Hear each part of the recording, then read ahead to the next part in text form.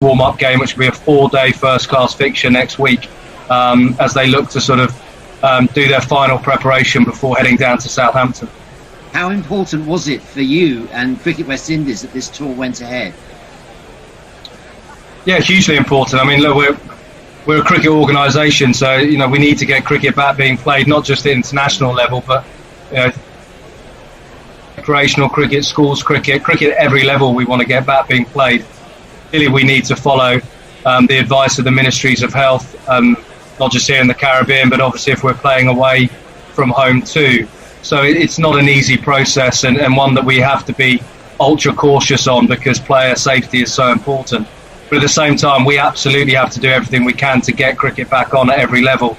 It's great that we've had some live cricket being played in St Vincent a few weeks ago and St Lucia at the moment, and we're hopeful that we can get more regional cricket back being played quickly. But obviously, we're working very closely. And we think probably the next cricket that we'll have after the England tour will be the CPL, but we're not yet in a position to confirm that. But we're doing everything we can to get cricket on. The England tour back on is great for us, because it helps to fulfil our requirements of the World Test Championship and hopefully continue this progress that the Test team have been making in recent times, albeit the last World Test Championship series at home to India was a huge disappointment. So we're really looking forward to bouncing back, competing against England, and hopefully retaining the Wisden Trophy. Indeed, retaining the trophy after that tremendous performance in the Caribbean. I mean, yeah, the whole world's looking forward to this. It'll be the only cricket series going on in July, and as you say, the players need to play, don't they? The Pakistan tour in some doubt in August. Any talk of a contingency plan? 5 Test series? 1-day internationals between West Indies and England? Not at this stage, David. No, I mean, look, we're very focused on this 3-Test series, and then getting back here for the Caribbean Premier League, and then hopefully hosting South Africa in September. So that's the working plan at the moment, and we're working very closely with our medical team to make sure that any cricket that we host here in the Caribbean will be safe.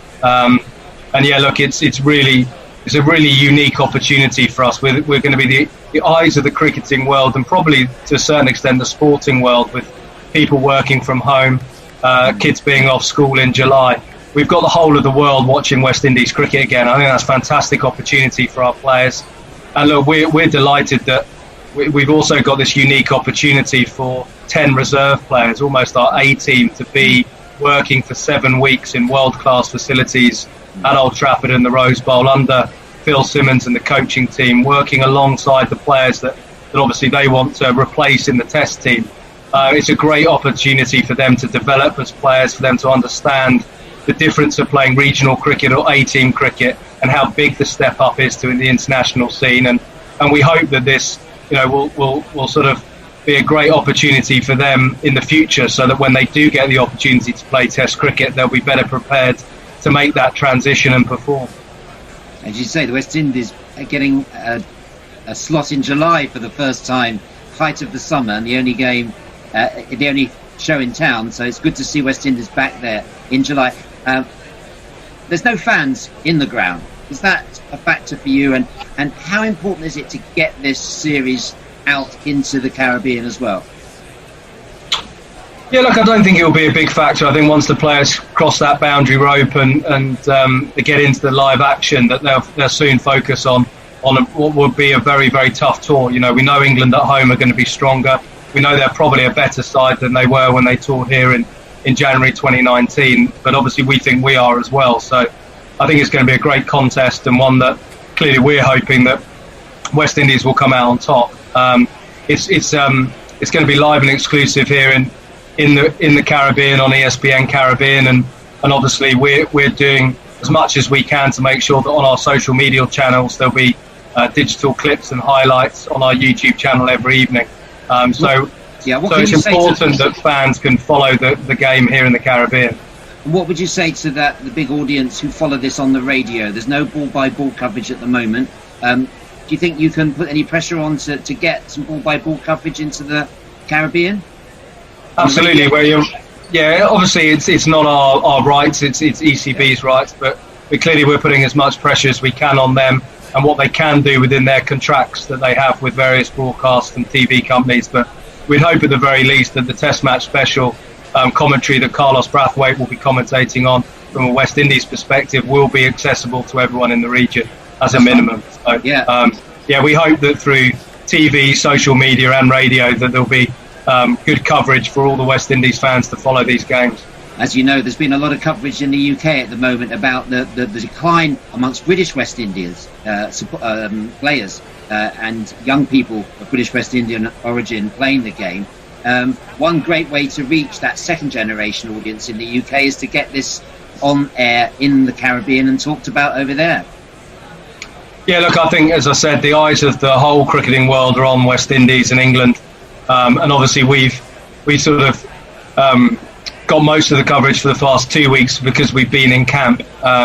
So look, I think it's a great opportunity for us to reconnect with our fans, to show the world. I think out of all of our teams, our Test team are the least well known.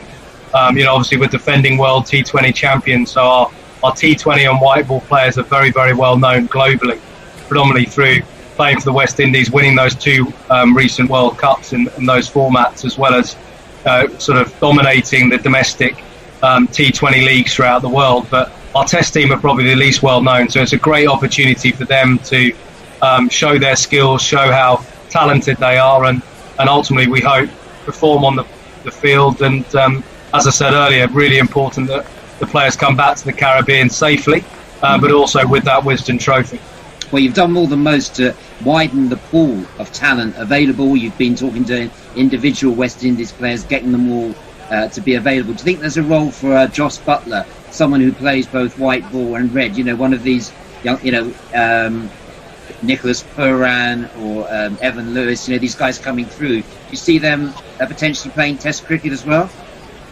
Yeah, look, we've made it very clear to all the players that we think that playing long-form cricket, 4-day cricket at first-class level or Test cricket is the purest form of the game. It's where you can hone your skills, where you can get time to bat, where you can really demonstrate your skills and prepare. And we actually think it helps with the white ball versions of the game. So it's very much our hope that all players want to play all forms of cricket. I think we've heard recently from the likes of Nicholas Purran and Brandon King and others that they want to play Test cricket, and I think that's brilliant for us. And look, it's also great that there's genuine competition for places now across our three teams. Everyone in the region is available to Roger Harper, the lead selector, to pick in all three formats. And we've got this professional setup now where we've got the Caribbean Premier League, one of the best T20 leagues in the world in terms of quality. We've got our Super 50 tournament, and we've got our 4-day Test champion, our 4-day championship, where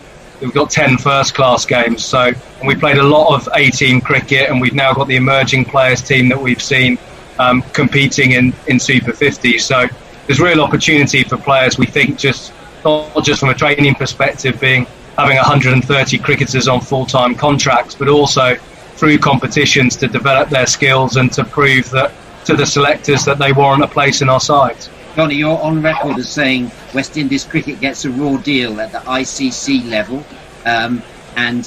What do you think needs to happen? Can you just spell out to the general audience what needs to happen to change the way that is cricket got too much revenue going to the big three of England, Australia and India? Certainly, in my opinion, there is. I don't think it's West Indies cricket that get the thin end of the wedge. I think it's all those full member nations and the associate members that aren't getting enough of the game's revenues in order to grow the sport. We've got a job to do here to reconnect to fans, to get and ensure cricket is a vibrant game throughout the Caribbean at all levels, from primary school, secondary school, club cricket through our professional system. So the way that the international events from World Cups, all the major men's events are exclusively now hosted by Australia, England and India, and they generate huge sums of money. Those individual nations will make more from hosting those events than West Indies will get from the ICC in an 8-year cycle. And even the money that is then distributed, India get 4 times the amount of anyone else. And yes, I appreciate that they generate most of that money. It comes from the Indian market, but they already keep all the money that they generate for all of the India home games and the IPL. So, look, I think we have to have more of a philosophy of solidarity. Hopefully, COVID-19 and what we're all going through means that the game has never need to work as closely as it needs to do now to ensure that the game survives and that all the organisations, clubs and teams survive. And I hope that coming out of this that we can take a more equitable approach to sharing the game's revenues, not just from an ICC perspective, not just from an ICC events allocation perspective, but also from bilateral cricket. So at the moment when we go to England for this tour, they keep all the revenue. And obviously when they come here, like they did in 2019, we keep all the revenue.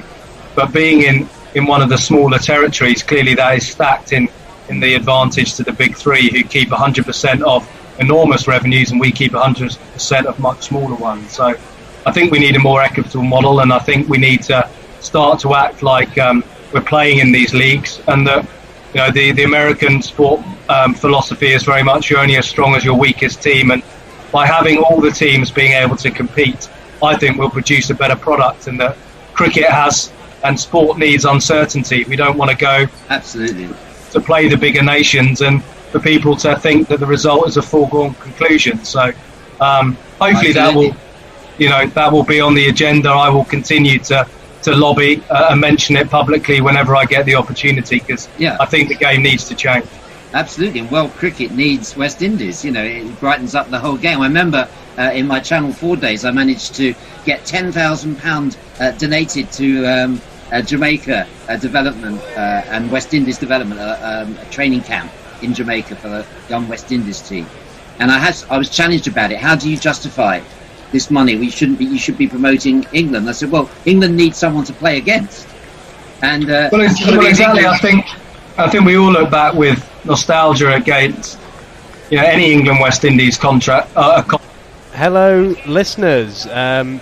We are back from tea a little early. Actually, they were meant to be, according to the knowledgeable and wise Messi Jez, we were meant to be starting at 3:56, but it is in fact 3:53. I'm joined by Nestlers, and I should also be joined by Bennett, so I'll just get the second Zoom person up. It's Bennett, are you here? As I'll jingle up Alex Lees. Oh, I'll call this ball first. That's left alone by Lees from Trent Boult. I'll jingle up batsman and bowler. Alex Lees learned magic. It's tragic. I'd like to believe it's not so. That was the batsman, and here is the bowler. How does he speak, or play the horn, or clean his teeth, or even yawn? How does he shout, how does he call? Trent Boult's mouth is really small. Indeed it is, but it doesn't stop him from bowling excellently, and Lees defends off the back foot for no run. Hello, Nestlers, how are you? Hello, Jacob, I'm good, mate, how are you? I'm very well, thanks. Bennett, are you here? Bennett is not here, so I will cut your view down to just one Zoom person, so you can only see Nestlers, and just me, so it'll just be me and you, Nestler boy. Oh. Don't worry, Nestlers, it's just a replay. It's just a replay, don't worry yourself, It's lad. been a while, mate, so, bear with me. We saw the replay of... oh, that's an outside edge, though, and it's through the gap in the slips, and it will run away to third man for one of these. There's not one boy for me, I must have 2 or 3, I need 4. I have to say, what highlights I've seen of this series, it's been thoroughly entertaining cricket, hasn't it? It has indeed. Messi Jez has joined us, I think in place of Bennett. He'll be taking over. Bennett will probably turn up when it's just an early start, that's all. Yeah, so I'll fill in if you like. We were seeing the replay of Boult getting Lees in the first innings, which excited Nestle boy, but we then saw an outside edge in real time, live and in living colour, which went through the slips for 4, and Lees is off the mark, and that one is blocked out into the offside. Cool, it's all action this first over, and now it's calmed down a bit. Everybody breathe.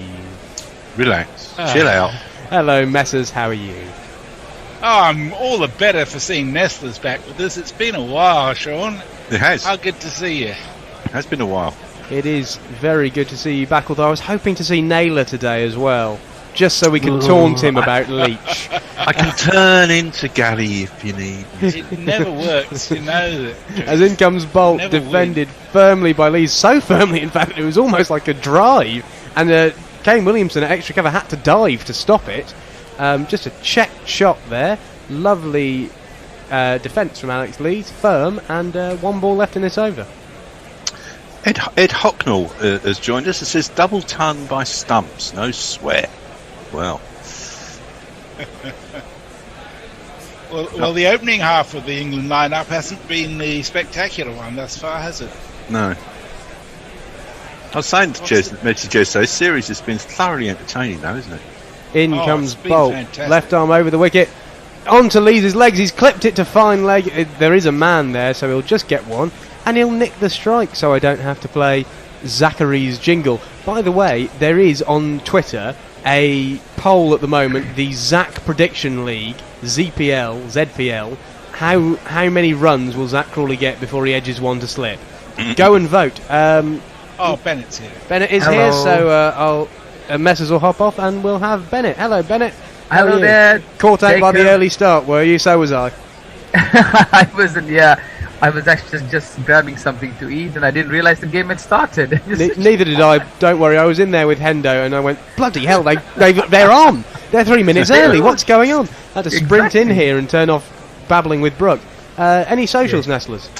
Yeah, Roger Melly says, what a shame they didn't score 4 more runs. Then we could have broken another record with the run chase. And Jay Grover says, hooray, Nestlers. And his hat looks like he's a dyslexic. That is down to fuck.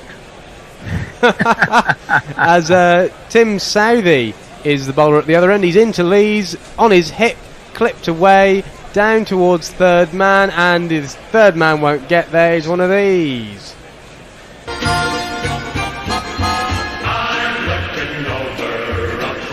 It was leg byes signalled by the umpire, and I'll just jingle up the bowler. Indeed, Jacob, you remember... Sorry. To fly with Tim Southee's good. I probably won't fly with Tim Southee. Then again, I was mine. Jacob, I was just recollecting how Alex Lee started in the last run chase. As that's defended by Lee, swinging in nicely from Southee. We're just getting some comments on YouTube that there's something wrong with the feed. So the camera feeds are blurry, apparently. Bear with me, YouTubers. The Wirecast shut down during tea and I had to restart it, so I'm going to end the YouTube stream and restart it, and you'll just have to find it again, if that's okay. So, going off YouTube in 3, 2, 1. So we're still here on the radio, as that's defended by Lees, and we'll start broadcasting again on YouTube in a moment. Are we still on Facebook Live, or is that not a thing now? I have no idea, I'll be honest with you. Okay. I used to have about sort of 10 screens up trying to read every message known to man, but if we're not on Facebook, then good. As Lees faces up to Southee, we see the flags blowing in the breeze. Swinging in, defended to mid-on, no run. How many overs do we have in total altogether? Does any of you know from today and tomorrow? Tomorrow is 90. How many overs left today? 40 odd, I think. 40 odd left. So, yes, Alex Lees, 2 balls left of this over. And it's Tim Southee. He's not given any runs away so far. In he comes again. Another big in-swinger, and again well defended by Lees. These 2 bowlers are extremely experienced, aren't they, Jacob? I mean, Tim Southee and Trent Boult, they've been penetrative. They've been quite a lethal combination. So I think these 2, as much as they want to be adventurous and positive, it will be good to get their eye in and make sure that England don't lose any early wickets, any early setbacks. Just make sure they get into the end of the day with some steady runs on the board. As in comes Southee, and defended by Lees. No run to end the over. 2 done, 9 for none, and all 9 of those coming off Trent Boult's over. Nestlers. Neymar Butlins has joined us on Twitter. Says the only way these two are going to get a double ton is if they adopt a bunch of elephants. And we are on Facebook Live, by the way. Samuel Dennis says, I prefer to watch, but the commentary is amazing. Thanks, Samuel. Thank you very much, Samuel. Zach Crawley's on strike, so I'll just jingle him up. Zach Crawley was a cricket player, a damn good cricket player. But he was moved from the middle order to open the batting. Now, trapped in the English professional cricket circuit, Zach Crawley must fight to survive. Zach Crawley certainly needs some runs under his belt, doesn't he? He does. Trent Boult has been the bane of his life in this series, and he leaves that first one going across him. He's almost kind of struggled with the ball outside the off stump, and the last time he kind of he castled him, didn't he, Trent Boult, with that in swinging beauty. Zach Crawley certainly has to prove his selection and repay that huge amount of faith that has been entrusted on him. He's purely been picked this time around on potential. He has indeed. In he comes, Trent Boult, and that's defended by Crawley. I'm sorry to our YouTube viewers, struggling to get the stream back live again, so I'm just reloading it and stuff, but bear with us, keep listening on the radio, and we should be back live any moment now. That was a beautiful delivery there, Jacob. Quite similar to the one that castled him in the first innings. On sort of off stump and tailing inside, but this time Zach Crawley equal to the task, bat and pad very closely there defending it. And in comes Boult, left alone, and left alone by Crawley, yeah, no run. Crawley certainly looking a bit nervous, isn't he, Jacob? He is, and rightly so. I mean, he just edges everything. He edges 8% of his deliveries in Test cricket. That's the highest edge percentage for any opener in world cricket since he debuted. We should nickname him Edgy. Yeah, I mean, my terrible maths was exposed a while ago when I talked about this, as Crawley defends that to no run. But it'll be interesting to see how much of runs he scores with the same kind of shots on the over. I understand he scores a ton of runs with the same kind of shots that he gets out in. Yeah, and it means that for him to get a century, he really needs to be kind of dropped 8 times, or say not all those edge carry. He need to be dropped like 3 or 4 times. The Bear has come on to fix the YouTube debacle, and he will be helping me out. Thank you very much, Bear, if you're listening. He can do this all remotely, you see, as that's defended out into the offside by Crawley for no run, and 1 ball left in this Trent Boult over. And Trent Boult has looked so menacing, hasn't he, right throughout the series. I mean, this boy has just come off the plane. He wasn't sure of playing because he just come off the plane from the IPL. He had a full series with Rajasthan Royals all the way into the finals. He played his heart out and gained the shift in momentum of the 2 different games, T20 to Test cricket. He's edged, dropped, I think. It's that drive again. It's either dropped or gone over the top of the slips. Over the top. And no, I think Tim Southee got a hand to that. He's holding his fingers, and it's gone away for one of these.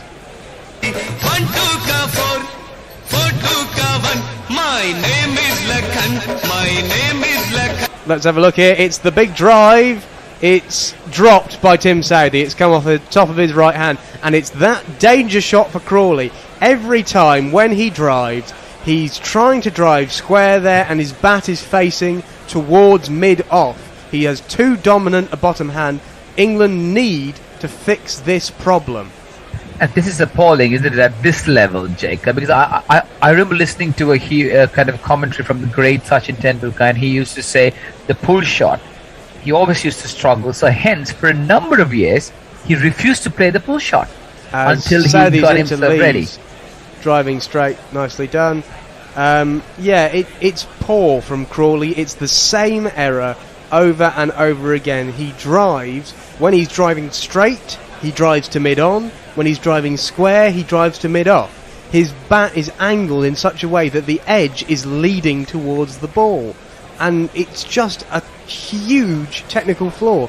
And if you can't fix it, don't play the shot, as you say, Bennett. It's awful from Crawley, and he's lucky to get away with that one there. As Lees gets one on his legs. It's gone out towards mid-wicket. Short mid-wicket. It was aerial for a little bit. I think it's dropped short of him. I don't think that's a drop chance. It dropped way short of him, Jacob. But it was aerial, though. There was some interest there, but it didn't really carry. It was firmly struck by Lees and in the air for a little bit of time.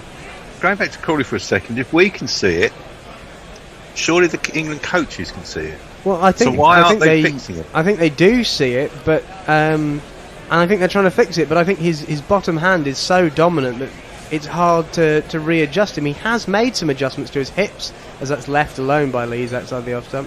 He's opened up his stance slightly. He's changed the alignment of his shoulders. But until fundamentally he stops swinging with his bottom hand, he's going to drive too straight.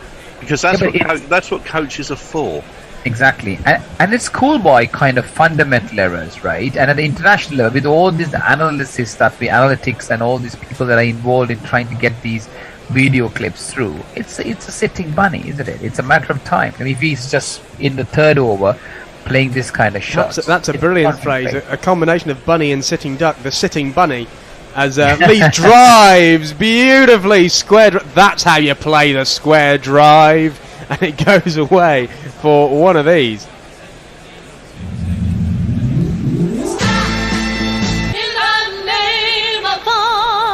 Whipped from Southee and dispatched by Lees. That's a great shot.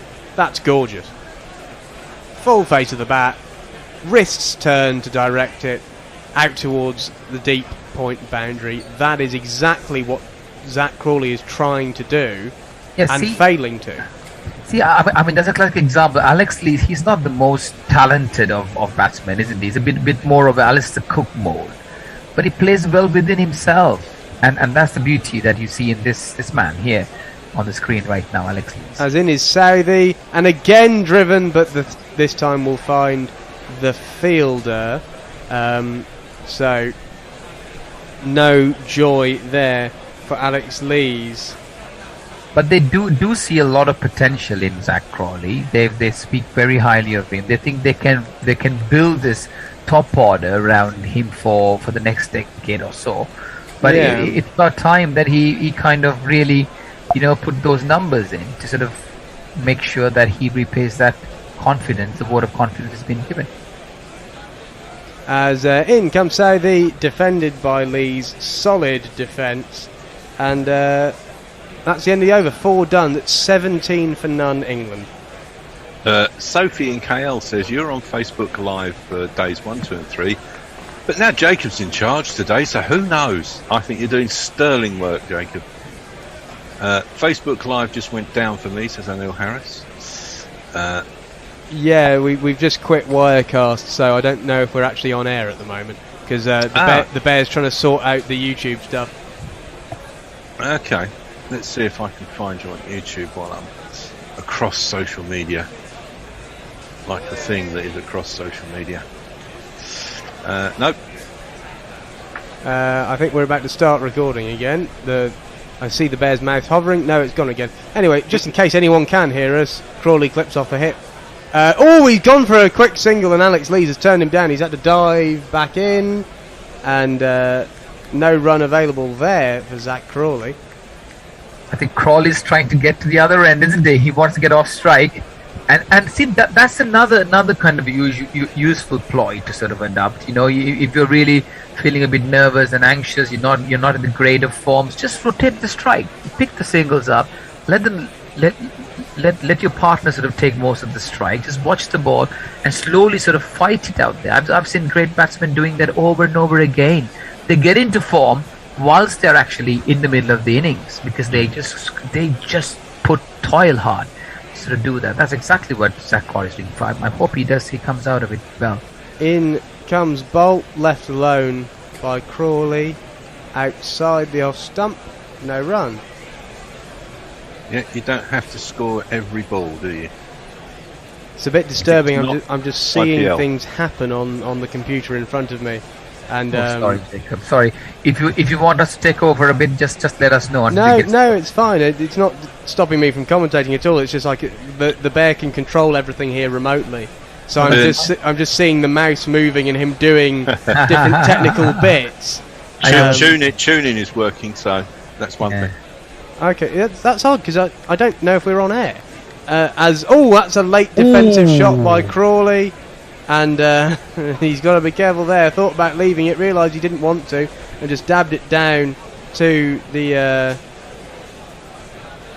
That's almost like the ball found him, isn't it? He was not sure. He was in a certain uncertain mode, and then he kind of was leaving it with his bat up. The ball almost came and sort of found it on the other side of the bat. So Crawley certainly looking very, very doubtful at this stage. England is trying to make sure that we don't lose a wicket. 17 for no loss. In comes Boult, running into Crawley, pushed across him, defended into the leg side, short mid-wicket, no run. It must be quite sort of uncomfortable going in there knowing that the opposition knows your weakness. They're going to test you on that area. You know it's coming, but still the tendency is how do you get over the technical flaw that you have? So this is a test of real kind of a mind test for Zach Crawley. Hard work and coaching. That's hit Crawley on the pad. Right, I've been now informed, gents, that the bear is on his computer in a Sainsbury's car park trying to fix Facebook and YouTube Live, and we are off air. This is remote working.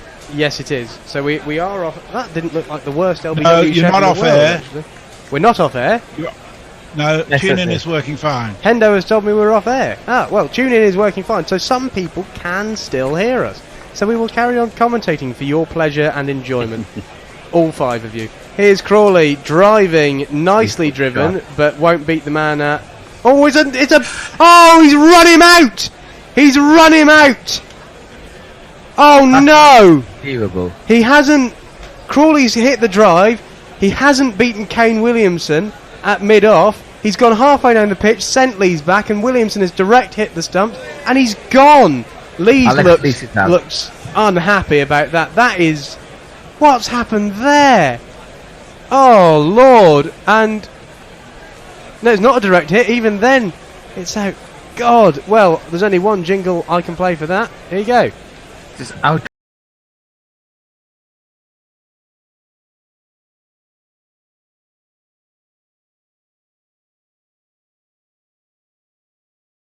Say about that, Alex Lee's gone for 4. He was looking great. He was playing nice shots, and Zach Crawley's utterly barbecued him.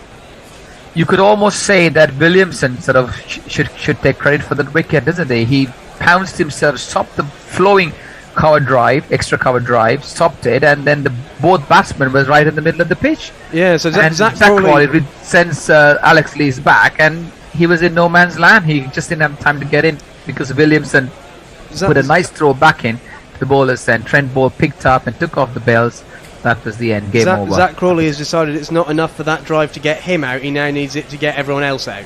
Oh Lord, that is comedy stuff from England, and really quite poor. Good fielding though. And here we have a new batsman. Let me jingle him up. He has a jingle. His name is Ollie Pope, and his jingle goes like this.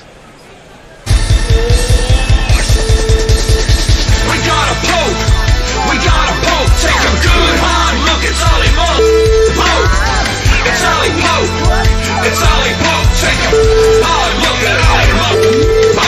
So, we've just had another look at, as that's left alone by Pope outside the off stump from Southee, we've just had another look at that run out, and it was mildly pathetic from both of the batsmen. They were both ball watching, weren't they? Both of them were looking at the ball. Zach Crawley didn't make a call. He started jogging down the pitch like it was definitely going for 4, and then that prompted Lees to run while looking at the ball. They then realised it wasn't going for 4, tried to get it back, and Lees was miles out of his ground. That is comical from England. We're back live now, by the way. Everyone on YouTube and stuff should be able to hear us, as that's probably leg buys for Pope going down the leg side off his pad, I'm pretty sure, unless he got a small inside edge. Leg buys signalled by Richard Kettleborough, so he won't get off the mark, but he will get a run. But that's schoolboy error, Jacob, because that call, that's actually Zach Crawley's call, because he was going behind sort of Alex Lees. On the other hand, Zach Crawley wasn't calling, he was just running, and then they were both watching the ball. So it's again great presence of mind even from Trent Boult. On the follow through, he decides to go in the opposite direction. Again, great piece of anticipation from the New Zealanders, I say. Well, good credit. Interestingly, Matt Searle tells us that Williamson was practicing throwing from his knees during tea.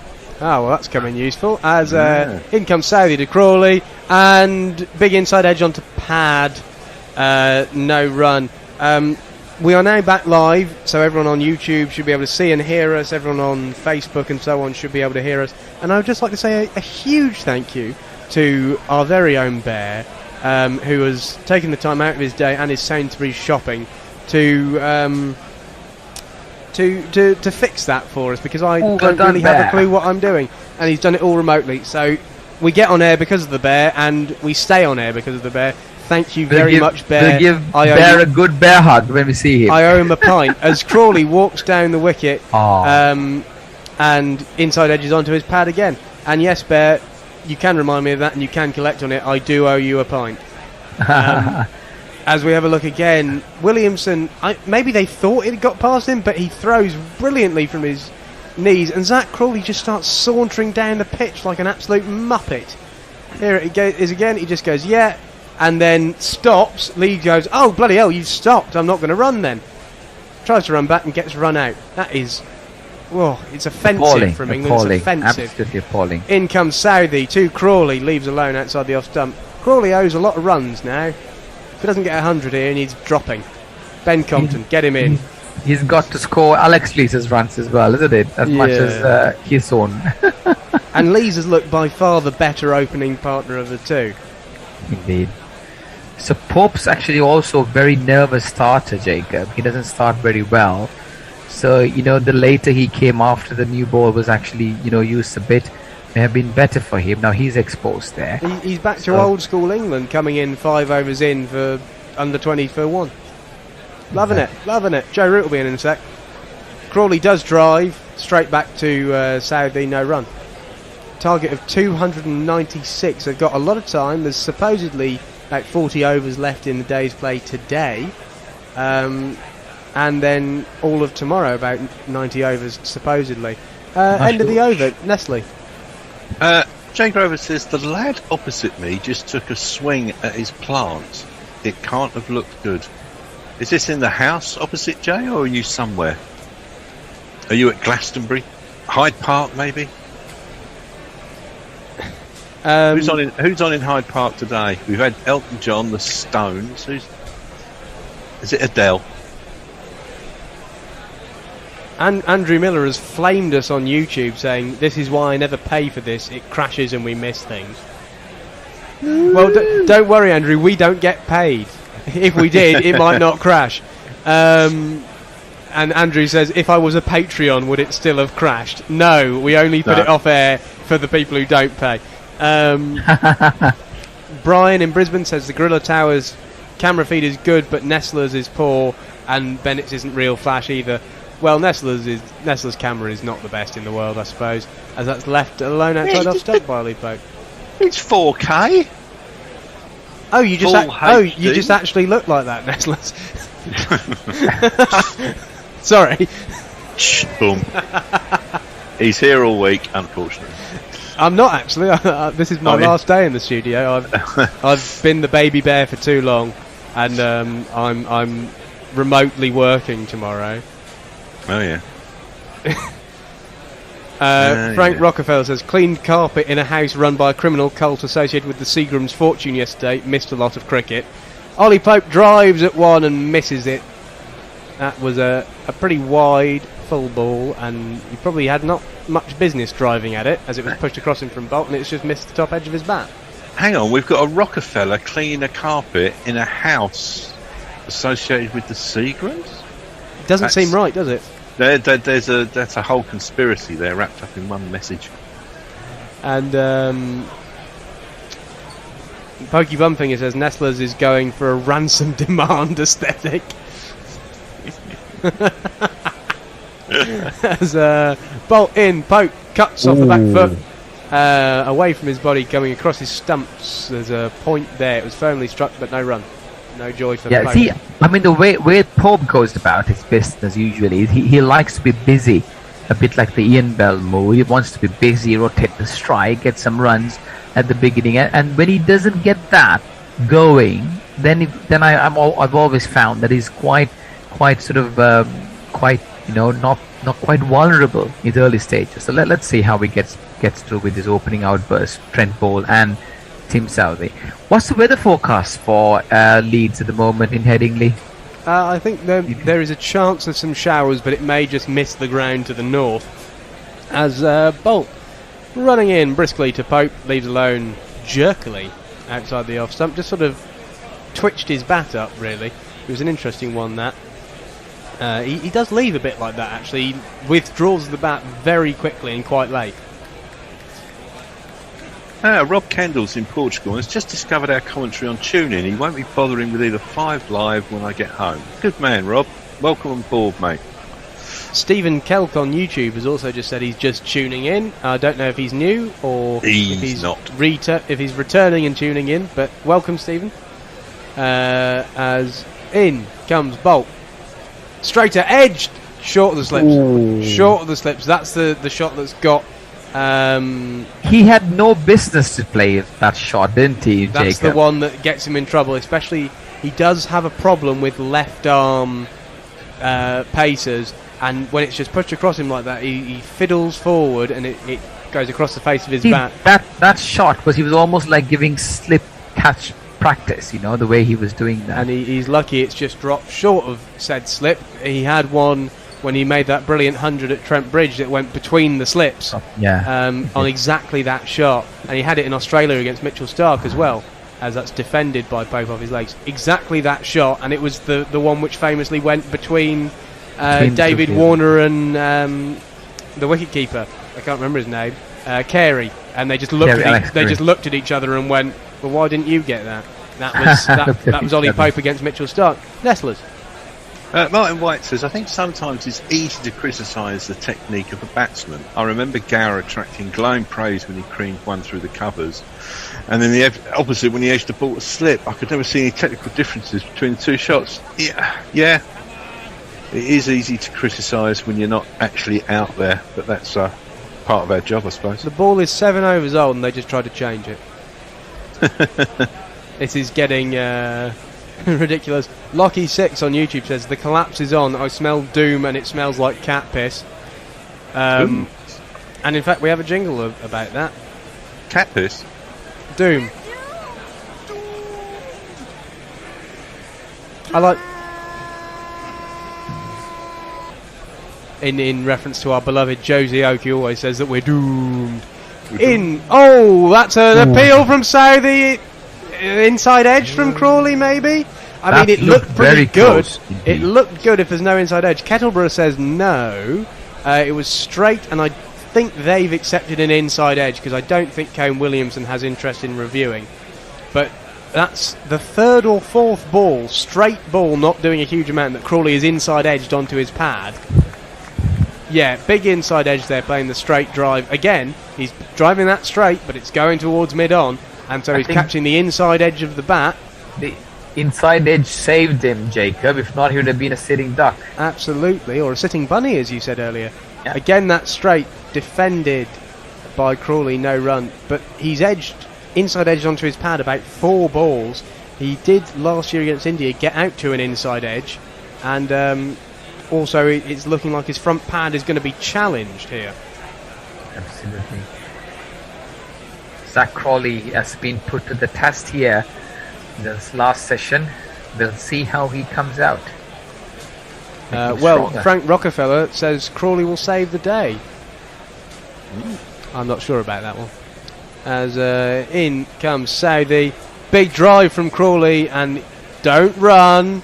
He didn't beat Kane Williamson again, and in this time he didn't saunter down the pitch like a prat, and he decided to stay inside his crease. An interesting part of play here at this moment in time. I think if England go through to the end at this stage with just a wicket or two, they've been in a good position. But likewise, if New Zealand claw back on a few, it'll be a very exciting 5th day's play tomorrow. It should be very exciting. And 296 is a chaseable target. Wayne Ellett on YouTube says, "Thank God I have cricket. Listening in Finland on holiday for 5 weeks, I think that is. Ball's going through the holes. They're trying to change it. It's not working." Stephen Kelp suggests that Crawley's expanding his repertoire. He's now adding the inside edge to his outside edge. And Lockie 6 says, "Crouching bunny, hidden duck."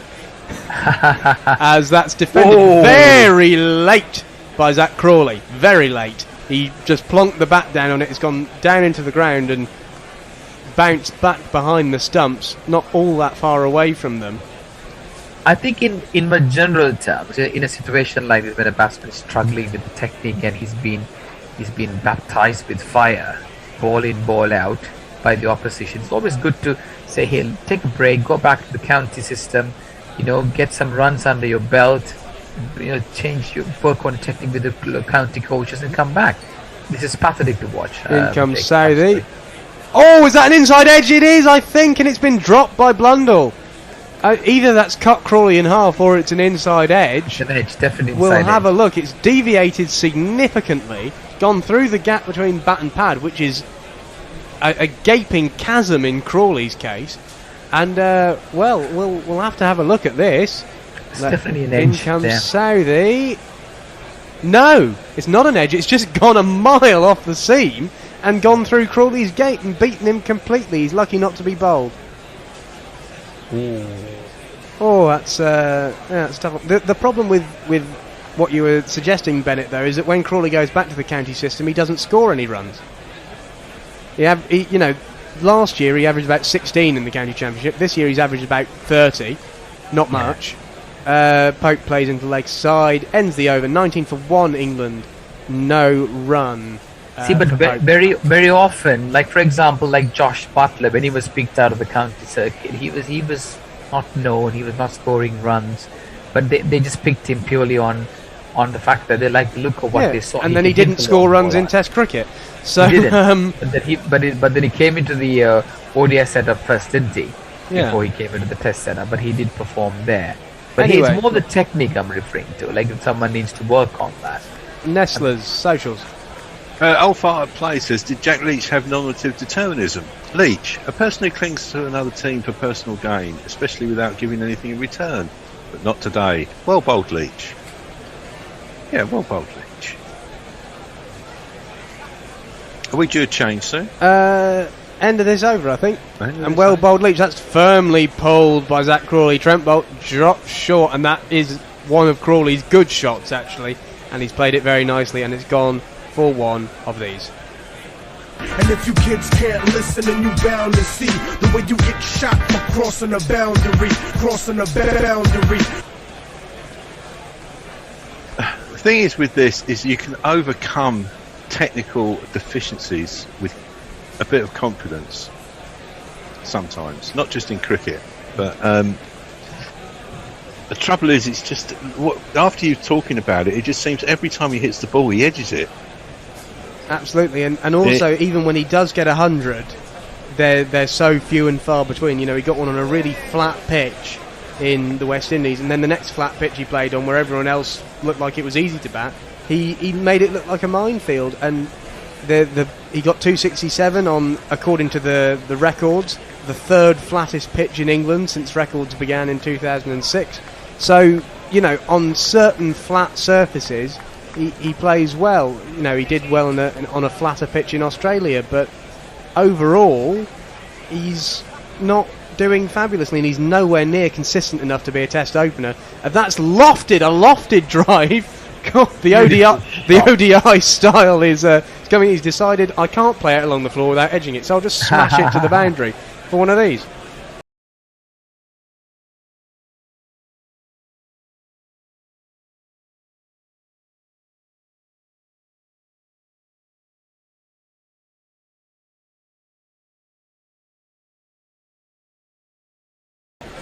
Good shot from Crawley, actually. Up and over.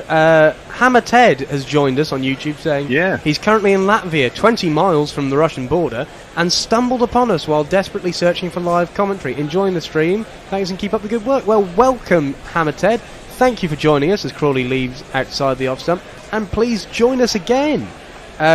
We stay with us. Yeah, stick with us. We do all the test matches. We do lots of the white ball stuff. We've even dabbled in some IP hell and some 100. So carry on and become a gorilla. Join the family. And stay safe. As we see Crawley's scores for this series: 43 and 9 at Lords, 4 and a duck at Trent Bridge, 6 and 12 at Headingley. That's not test opener material, is it? No. But he's facing up now to Trent Bolton. He's on 12, not out. So. I think his second highest score of the series I've just seen. That's a nice drive, and he's actually managed to drive it through mid-off this time. He looks very good when he plays those shots, doesn't he? When he times and plays them nicely. These two shots should do his confidence a load of good. And it's gone away for one of these.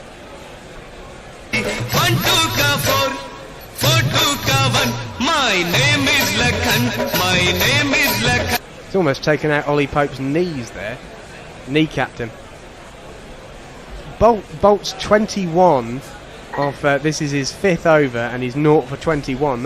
That's considering he was so good in the first innings. Left alone by Crawley outside the off stump. We've got one more ball, and then we'll have a change.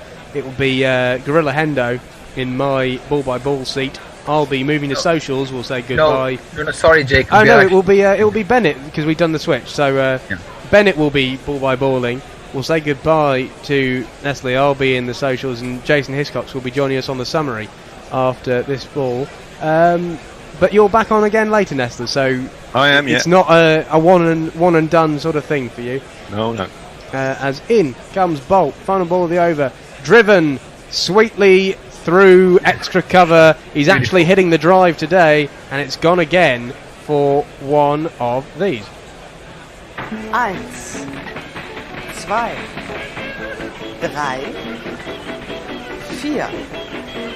And with that, I hand over to Bennett. We say goodbye to Nestlers, and we welcome Jason. Next tweet is Jersey Oak, Jake. Thank you very much. Good afternoon to all you viewers and listeners in the UK. And a good evening, and greetings to all of you viewers and listeners from across the world. It's Bennett Ollie. I've got Jason with me on summary and Jacob helping us out here, and he's manning the show today in the studio, seems to be. England in pursuit of a target of 296, currently 35 for 1. They've lost Alex Lees in a very unusual fashion, being run out. For 9, it was a mix up right in the middle between Zach Crawley. Zach Crawley, after a nervous start, almost had a couple of chances, gone a begging. He was dropped in the slips, a difficult chance, and living rather dangerously. He's certainly looking good with 3 beautiful drives in the last over. He's on 20. Ollie Pope on the other side, looking rather unsteady and looking nervous, but yet to get off the mark. As his Tim Southee starts off a new over, and he comes in. This one's a nicely looking, good looking shot by Ollie Pope, over pitched and driven towards the mid wicket area. They do have a short mid wicket there for Ollie Pope. Are we having Jason on here, Jacob? Is Jacob? I'm here. Yep. I apologize. I couldn't see. Hey, Jason. Hi, nice to see you. How are you today, Jason? You good? I'm good. Thoroughly enjoying this. Very pleased with Leach. He's got a 5 and a 10 friendly match. Indeed. I'm not sure if we have done any commentary together, but anyway, nice to see you today. This one's outside the off stump on a good length. Ollie Pope driving rather anxiously. They're not fluent enough. They almost crept through his bat and pad there. Ollie Pope looking at the pitch to see if he can sort of just make sure there's not any unevenness there as he comes in and taps out in the middle. Tim Southee, the veteran New Zealand pacer, looking to get England in some kind of trouble here with some great bowling. He's a very experienced man, Jason. Between the two of them, they play lots of cricket. We'll come back in a second. And this one's a nice looking touch shot on the leg stump. And Ollie Pope goes on the back foot, just plays a beautiful looking, elegant nudge towards the deep square leg region. The batsmen come through for 2. These two have done yeoman service for New Zealand, haven't they, Jason? They have. I mean, Southee, I think, when did he debut? Something like 2006 or 2007. Indeed. Around that time. It was in Napier with Broad and Anderson when they toured New Zealand and sort of took over the attack from Harmison and Hoggard. That was Southee's debut series. Oh yes, he scored a 50 on debut, I remember, and this is a good looking delivery on the leg stump, and Ollie Pope on the front foot defending. Jason, have you noticed how Ollie Pope normally, even when he defends, he's almost like walking across after he plays the shot? Is that a flaw in his technique, you reckon? Even the last innings when he got bowled, saw him defending and walking. I mean, that's not the usual sort of textbook defense, isn't it? It's not. I think he's trying to get as far out of his crease as possible to counter any swing, but I'm not sure this is the right way to go about it. I think I'll be much happier for him to next play ball, exactly as that ball was just happened. Yeah, the next ball is on middle and off, and again he plays it on the front foot defensively. However, doesn't stay still. He stays for a few seconds and he moves again. And this is something that I've observed in Ollie Pope. I'm sure he's got a reason for that. Maybe, as you said, Jason, he's trying to sort of negate the swinging deliveries earlier on in the innings, because it's an unusual position for him, isn't it? He is not batted in the top 4 even for his county team.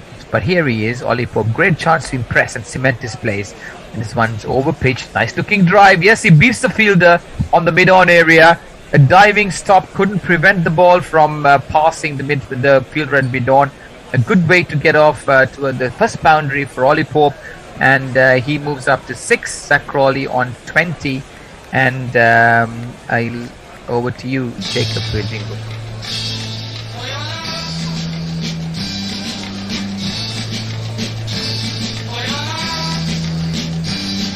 Is that the end of the over? Yes, it is. I'll do some socials then. Josie Oak says if Crawley gets a streaky score here, he'll keep his place and be a walking wicket for 10 more tests. Roger Melly says, speaking of overcoming technical difficulties, who was the Australian batsman who attempted to overcome some sort of technical difficulty by batting with his arse first? Hendo has answered that. It was George Bailey. O'Neill Harris says Crawley is not an edger, he just needs a bigger bat. And Simon Parsons says he's just crossed the Poland-Germany border on a coach from something I assume is pronounced as Szczecin to Berlin. Szczecin. Nice to hear an 1, 2, 3, 4 from Mr. Crawley. And we have a new bowler spin into the attack. He's got a jingle. It goes like this. Even if my club race well, certainly keeps winning. Knowing how the Kiwis pick teams, he'll be just 1 of 5. Rather surprisingly, we've seen Michael Bracewell being brought onto the attack very early on. With a 10 over all frontline spinner. This is the 11th over. I'm not sure that is really surprised, given that Leach has taken 10 wickets in the match. I think they're trying to get the same effect from Bracewell as he got for Leach in the other innings. Overpitched and played towards the extra cover region.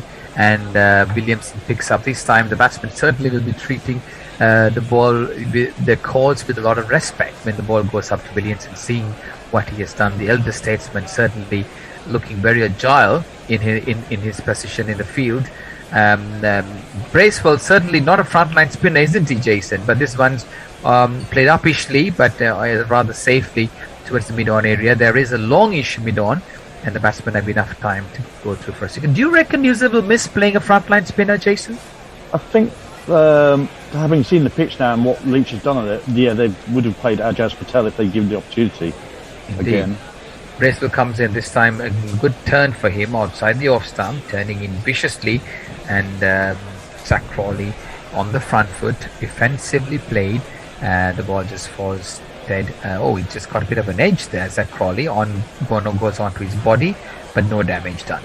And this one's bowled on the leg stump, and Crawley watches it carefully and plays it towards the mid-wicket area. No chance of run. Both these batsmen have had their troubles against spin. Pretty poor tours of the subcontinent, but both was left arm spin. Embledinier and Patel did for these two on a number of occasions. This is a close call here as Bracewell comes in, and Zach Crawley looking to break off the shackles there by trying to play across the line. That was a poor shot there, Jason. Poor decision to play across the line at this stage of the game. But I think he's got away with it because I think he got a bottom edge onto his front pad. He's living dangerous. All the edges are saving him from his wicket. But this one's a better looking stroke. He connects it beautifully and places it towards the mid-wicket area, and that's a boundary. So Zach Crawley living dangerously but scoring the runs. He's on 25. And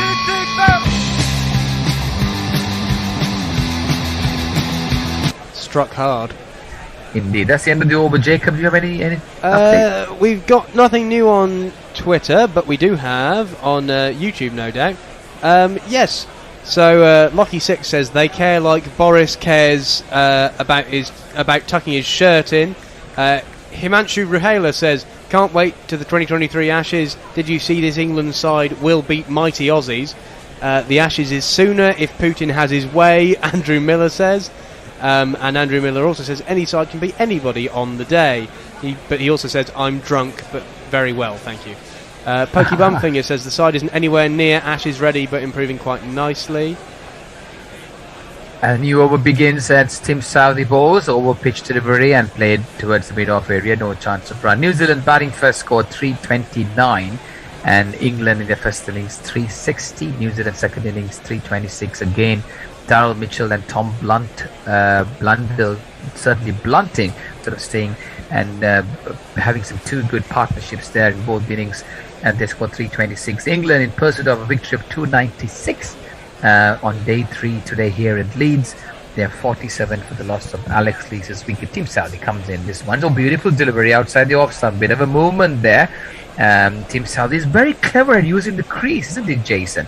He bowls further from the crease, he bowls closer, and he uses the crease to very good effect. So that's the old Boulton trick of going wide and actually bowling an away swinger, so that the people are thinking it's an in swing and then try and play at it and get the outside edge. Indeed. And I must say, in England's first innings, we saw a big collapse, losing 6 wickets. Great Jamie Overton making his debut.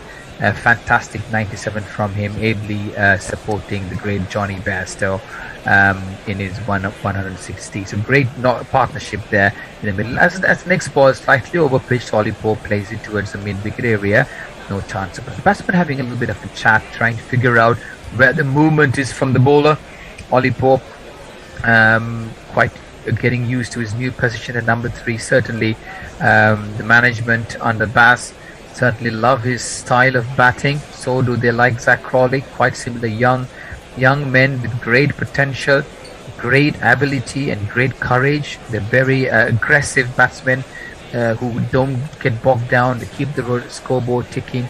So certainly this will be a great investment for the future if these two batsmen can bat around the likes of Joe Root and Ben Stokes and so on, Jonny Bairstow, to learn to harness their skills as Tim Southee comes in. Right arm over, nice beautiful run up, and this one's over pitch, plays towards past the cover area, and the batsman that should easily go through for a boundary. Yes, it does, and Pope looking quite much more assured now. The 2 boundaries in this over. Ollie Pope's off to a great start. England looking good. England's to come up with their 50 now, 51 for 1. Over to you, Jacob. 1, 2, 3, 4. When we say Ollie Pope has had problems in the past with bowlers, it's normally been left armers, either pace or spin. Axar Patel. Or Ravi Ashwin. Yeah, Axar Patel did for him a couple of times in India, and Crawley had a terrible time with Embuldinia in Sri Lanka. They did, and this one's outside the off, a nice looking, I'm not sure whether it was a cutter or an in-swinger, but the ball did come back in quite a long way, but no alarms for the batsman, no appeal from the fielders either, and I think that was clearly going away from the stumps. Good delivery, Team South using all his experience and skills. He's certainly found a new way of having an off cutter, doesn't he, Jason? He does it like an off cutter that comes in quite viciously in. Yes, that's a it's the wobble weapon when you got a spin bowler. All this one's on the leg stump, pitched as Ollie Pope was walking, as I was saying to you before. He was going for a nice walk, maybe looking for a cup of tea and a biscuit. However, trapped on the pad as he was going for his stroll, but lucky to be there, and the ball certainly going away from the stumps there. So that's the end of the over. England 51 for 1 for the loss of Alex Lees's wicket. The batsman at the wicket, Zach Crawley and Ollie Pope, looking rather assured of themselves at the moment. Over to you, Jacob.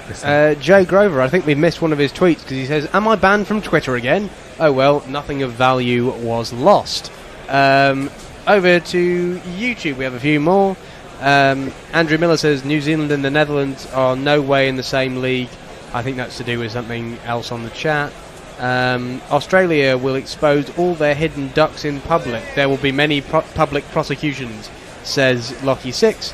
Frank Rockefeller says Australia down as fast as England rise. Andrew Miller, one for the Grillers. Who is the best all-rounder, past and present? I still say Ian Botham, and Lockie6 comes back with Jacques Kallis. Statistically, it's probably Jacques Kallis. If you're talking about entertainment, and there's any number of people you could pick. Botham was the person who got me into the game. Gary Sobers is another one. Oh, and yeah! And the next, and he's out, he's gone. This one's a new over from Bracewell, and he flies the ball outside the off stump, and I think it's Zach Crawley there going for the drive, and the ball, he didn't time that. Just a good move by Williamson to sort of bring on the spinner, and that's the end of Zach Crawley, who lived rather dangerously. This one, he didn't get hold of it whilst he was trying to play. Williamson looking as sharp as a blade there on the field, diving to the front, and Bracewell makes the break through. England lose their wicket number 2 at 51. Got him! Why did he do that? That unbelievable! Was terrible from Zach Crawley. Terrible. It's smart by Williamson to bring Bracewell on. Bracewell did well in making Crawley stretch for the ball and got some dip on it, so it wasn't quite where he thought it was going to be when it arrived. And he just shoveled it straight to Williamson. He's got to be dropped for that rubbish. It was a good call, wasn't it? I was rather surprised that they brought Bracewell in, considering the kind of success that Jack Leach had. But poor, as you said, Jacob, really poor cricket. I mean, Zach Crawley, after being reprieved on a couple of occasions, looked good, played some nice looking shots there. All he had to do was just stay there, bite the bullet, and play on till the end of the day. With so much more. I know there's a new attitude. I'm going to do a Hendo rant here. I know there's a new attitude. I know there's a new approach. But you are still a test opener. You're fighting for your place, and you try to launch the part-time spinner over long on in the 12th over, and you've chipped it to mid-off. It's just pathetic and awful, and there's a new batsman, and this is his jingle. Please allow me to introduce myself. New batsman is Joe Root, and guess what? His very first ball, he tries a reverse sweep and almost went into the hands of Daryl Mitchell at first slip there. And I was there when the falling rain ensured we retained the ashes. During the whitewash fall, balance in the and this one's it's a good delivery from Bracewell on the front foot goes Joe Root, no chance of a run. I don't understand this. Joe Root has no reason to play basketball. He scores quickly enough anyway. Exactly. And this one's again on the back foot goes Joe Root and tucks it towards square leg area. The batsman go through for an easy single. Joe Root's got to be there for the next 10, 20, 30 overs to make sure that there are any unforeseen situations for England. So this is again Zach Crawley going rather cheaply after being let down a couple of times. England have lost 2 wickets. A great catch by Williamson, who has been a part of both the dismissals, hasn't he? And this one's an over-pitch delivery driven nicely by Ollie Pope, I reckon, and on the extra cover area, it's a boundary for him. Ollie Pope looking good, solid, and he will do well to bat with Joe Root to get some confidence. And it's Joe Root or Ollie Pope, gentlemen? Sorry, Ollie Pope's hit that. It's one of these. Yes. Ollie Pope, he did.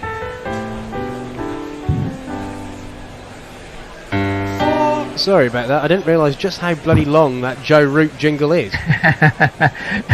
That's okay. So Bracewell comes in on the off and watchfully played by Ollie Pope. No chance of a run.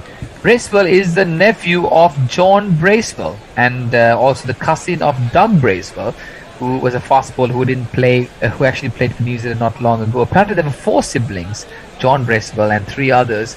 At that time, John Bracewell was the one that went on to play for New Zealand for a long time with great distinction. So he certainly has a high pedigree from the ranks of it. Sorry, Jacob. Time for some. It's the end of the over. Brian in Brisbane says he got his ZPL vote correct. He said 20 to 30 for Crawley, so he's got it right. Stephen Kelk says Crawley, sigh. Andrew Miller says OMG, that was soft, how's that? Wayne Ellett says, okay, well, who replaces Crawley, or do you put Root up to open? New over from Tim Southee outside the off stump, and the ball kind of seaming in, have some movement coming in to the wicket keeper. Joe Root watches it carefully, lets the ball go through. Joe Root's also not in the same, it's quite in the same mood, right? He doesn't start very confidently, does he, Jason? He tries to get off the mark as quickly as possible, hence the reverse sweep. That also has the benefit of moving the fielders around as well, so he makes it easier to then work singles later on. Yeah. And I love the way he bats. He's like a workman-like player, isn't he? He's always busy getting his ones, looking for the twos, and before you know it, he's actually got about 20-30 runs, and which is the beauty of the way Joe Root bats, and that's an unusual way he struggles is when he's not able to do that. And same with Ollie Pope. So next ball on the leg side and played towards the mid-wicket area, and there is absolutely no chance of a run. New Zealand certainly have got a grip back in the game, haven't they, Jason, taking 2 early wickets? I think this is probably the defining partnership so far. No, these two need to bat around for a long time to get certainly to the end of the play today without losing another wicket. Indeed, and this is a good delivery because he set him up with the in-swing, and this one was the ball going away. Crafty old Tim South is certainly playing with Joe Root's mind. Joe Root, he's the number 1 batsman in the world at the moment, looking a little bit dazed with that craftiness from Tim Southee. This one of a scrambled seam, the ball wobbling across as it goes on an away movement and taken Joe Root by surprise. Great skill to watch here. 2 great competitors battle between a keen tussle between bat and ball. Tim Southee, the great New Zealand veteran, bowling to the number 1 test batsman, our very own Joe Root. This one's a good delivery, watchfully played on the front foot between bat and pad, and this loud appeal. I'm not sure whether he got pad first. Outside the line. He's outside the miles line, outside the line. Exactly. A huge appeal, and Tim Southee was almost pleading with the umpire, and he has asked Williamson to go for a review. Gentlemen, he's stepped across and out of his crease. He's miles outside the line. I mean, the only thing I'll say in Southee and Williamson's defence is they may have thought that he was trying to hide the bat behind the pad because he went so far forward and so far across. But I still don't think he was coming back to hit the wicket. I mean, it's jagged back. He's definitely playing a shot at it, and he's well outside the line. That's going to be not out. Richard Forster on YouTube says, during the Gorilla outage earlier, I found myself watching highlights from the India practice game commentated on by none other than GC alum Nakul Pandey. As we see the replay, miles outside the line and over 3 metres down. There's no way that's hitting the stumps. Unbelievable. review from New Zealand. It's really quite poor. And the bear, who we think may be the fake bear on YouTube, says, Jacob, drop an F-bomb like Daddy Bear would do. So a bit of excitement here in Leeds as anxious English fans awaited that decision was not out, and Tim Southee, the wily, crafty bowler. That's a better shout. That's a better shout there, and outside the off stump, this one closer. However, not given out. Williamson certainly not sure, but this is a price wicket. Joe Root, the price cap. Do they go for a review? They got running out of time. They're 5 seconds more. Williamson not sure. They go for the review. They made it right at the end. So 2 close calls, 2 in a row. Let's see what's this come up with. This will look closer, doesn't it, gentlemen? Closer than before. Looks a better shout, but I think it's still at least going to be umpire's call on the line. And well. It's bold to go 2 in 2. I think the umpire's not out may have saved him here, or they looked a lot close. Joe Root trying to negate that line by coming across. Yeah, it might just be umpire's call on the line, if not outside. That's definitely not directly in line. Indeed, I think it's going to be close. Outside the off stump. Outside the line. Again, 2 reviews lost in 2 balls from New Zealand. Yeah. If I was captain, I would have taken it. It's Joe Root, end of the day. You never know. But that is using the review system to speculate rather than for what it's meant to be for, which is to get rid of howlers from the system. Indeed. But as you say, because it's Joe Root, they've decided worth the gamble. It's. I mean, like with the naked eye, it's always so difficult, isn't it? Because, like, if the umpire had given it out, it may have been a different story to overturn it. But again, as Jacob said, it was very, very clear it was outside the off. But here comes Southee, looking very, very penetrative here. He's losing all his experience on the off stump, and Joe Root again moving away and playing it on the leg stump. Sort of a sly look on Williamson's face as this end of the over, and we'll take a little break to hear what's going on in the media. Messi Jez, our very own Messi Jez, has retweeted the CricViz analyst who. Further to my my stat about Crawley edging 8% of his deliveries, no opener since he debuted has edged more. He plays a false shot to a stunning 20% of his deliveries. Only 2 openers since 2006, with a minimum of 20 innings, have a higher false shot percentage. Those being John Campbell, well-renowned, slightly dodgy West Indies opener, and Mark Stoneman, who England dropped with a higher average than Crawley. Kobe, I'm not sure what that character is. At FunSoph says putting the poll up on Crawley's score for that long was optimistic, and I'll break off for Bracewell.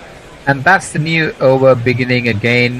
This one's played towards the mid-wicket area as a new over from Bracewell, and the batsmen go through for a quick single as we speak. England in pursuit of a victory target of 296, placed at 56 for 2, having lost Alex Blees in a massive mix-up with Zach Crawley. He lost his wicket being run out, and this one's play a reverse sweep by Joe Root.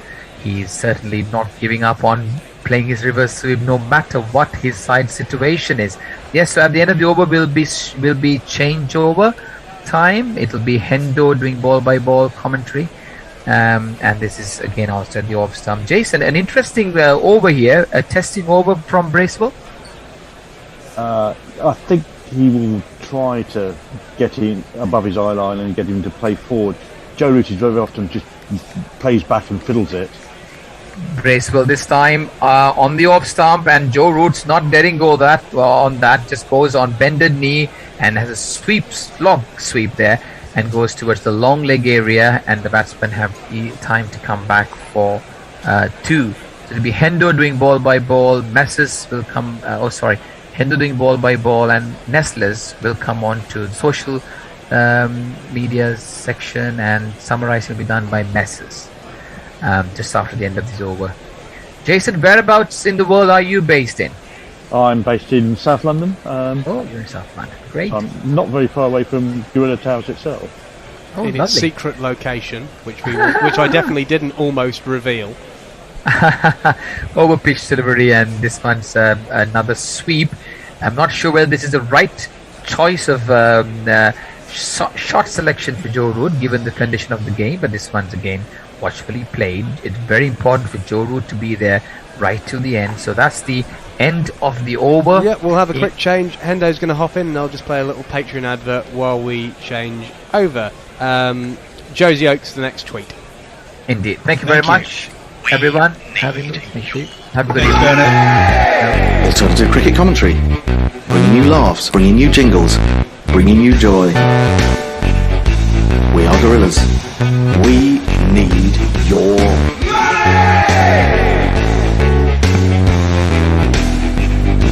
Patreon.com/Gorilla Cricket. Yes, indeed, you can become a Patreon. Just go to patreon.com/Gorilla Cricket. And if you can afford $4 a month, you get all sorts of extra goodies. This is new over from Southee. Quite an entertaining one we had a few minutes ago when he couldn't stop reviewing. This is left alone outside the off stump by Pope. Yeah, down to one review now. That was all a bit silly. Messi Jersey's with me, and Nestlers, I haven't seen you for ages. Endo, how I've missed you. I've missed you too. You've been too busy on your bicycle, haven't you? And working. And working. Goodness me. Things are really terrible if Nestle's working. I just worked a few minutes ago. Oh no! My goodness taking a phone call from one of a builder. Onto the front foot comes Ollie Pope. Defends this one from around about off stump down into the onside, and there is no run. People are daft. His cleaners managed to lock themselves in the bank. In the bank. In the bank, yeah. Not in the vault. Not in the vault, presumably. No, well, in the front bit where all the rich clients go in, and they couldn't get out. So I got them out. They don't have any money in banks anymore, do they? Did you check? Don't you believe it? The one I'm working at the moment has plenty in the vault. Well, there's about 4 vaults. Oh dear! Wow, that's worrying. Southee then, none for 14, but he's persisting. He bowls a foolish ball to Pope, who gets onto the front foot and plays it straight to extra cover where Bracewell is fielding, and Bracewell got that wicket of Crawley. We thought that Crawley had come through a difficult time, but it was a horrible shot, wasn't it, in the end? I know there were 1 or 2 people on Twitter who were upset about us running a poll on how many runs he would get, but we did have him down. Had he got to 30, we did have him down for getting 150 plus. I don't know what to say. I think he needs to go back to county cricket. It's a very difficult thing to say, because when you do go back to county cricket, you don't necessarily get a lot of red ball cricket at this time of year. Or maybe he needs to get in the nets and really work on that drive. Southee in again to Pope. Pope defends on the front foot, bringing that foot round, that back foot round as a second line of defence, and back to the bowler it goes. Maybe he needs to go into the 100.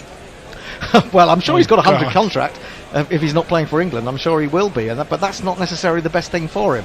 I mean, that really was an awful shot that he got out to. I mean, maybe if he'd gone through with it and gone right over the top, but I don't know, he was reaching for a ball to drive that wasn't really there. It was an awful innings for him. It wasn't great. Yes. It wasn't great. But running Alex Lees out really wouldn't help.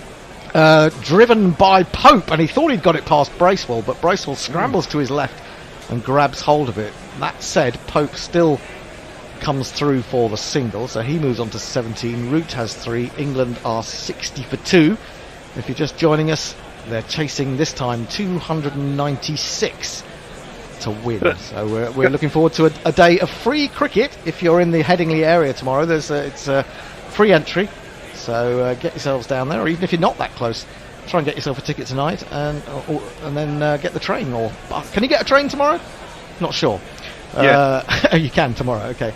Southee in again to Root, comes walking down the pitch. He's got hit on the pad again. Another massive appeal from Southee. Again, he gets no reaction from Richard Kettleborough, and I think Richard Kettleborough is right again. This time, I don't think that Kane Williamson will be lured into making a review. Indeed not. The end of the over, England are 60 for 2. Whichever of you chaps is on socials, go ahead. Jersey Oak says Brawley appealing there. I think talking about the 2 lost reviews by Williamson. How many more matches will Lees get before he drops, says Mayank? I think you've got I think hopefully a few more, because I think he was very unlucky to be run out here. And also he got an absolute jaffer in the first innings, a really top-class ball from Trent Boult. And he was just showing that he was beginning to become a little bit more fluent in that last test, and hasn't unfortunately got he looked good, I think, in the first few overs that he faced, but just didn't get the chance to go on because of that run out, which is just very unfortunate. It's not one of those things you can really legislate for. And also, he hasn't done too bad. No, I think 67, 44, 25 and 20, it's reasonable. Onto the back foot goes Pope and cuts Bracewell backward as square. There's no one on the boundary. That is going to run away for one of these. And if you kids can't listen, then you bound to see the way you get shot for crossing a boundary, crossing a boundary. Good good judgment of length there from Ollie Pope. Went back to it, didn't turn a great deal, and he put it away past the umpire, who's now on the offside because of the short leg on the onside. Bracewell in again. Oh, now goodness me. Pope got himself in an awful tangle there, almost as if his back got caught behind his pad as he advanced down the wicket. In the end, I think he's more or less padded it away from almost halfway down the wicket, but I think he kind of lost control of his bat a little bit there, and didn't quite know what to do, and so took probably the most sensible way out and padded it away. Bracewell again. In with a slip and a short leg. Short edged! Oh, and it could have been a catch, but it's gone to ground. And Daryl Mitchell, much in the way that Root missed a couple of chances this morning, has missed that one. Didn't even get his hand on it, and it's run away for one of these.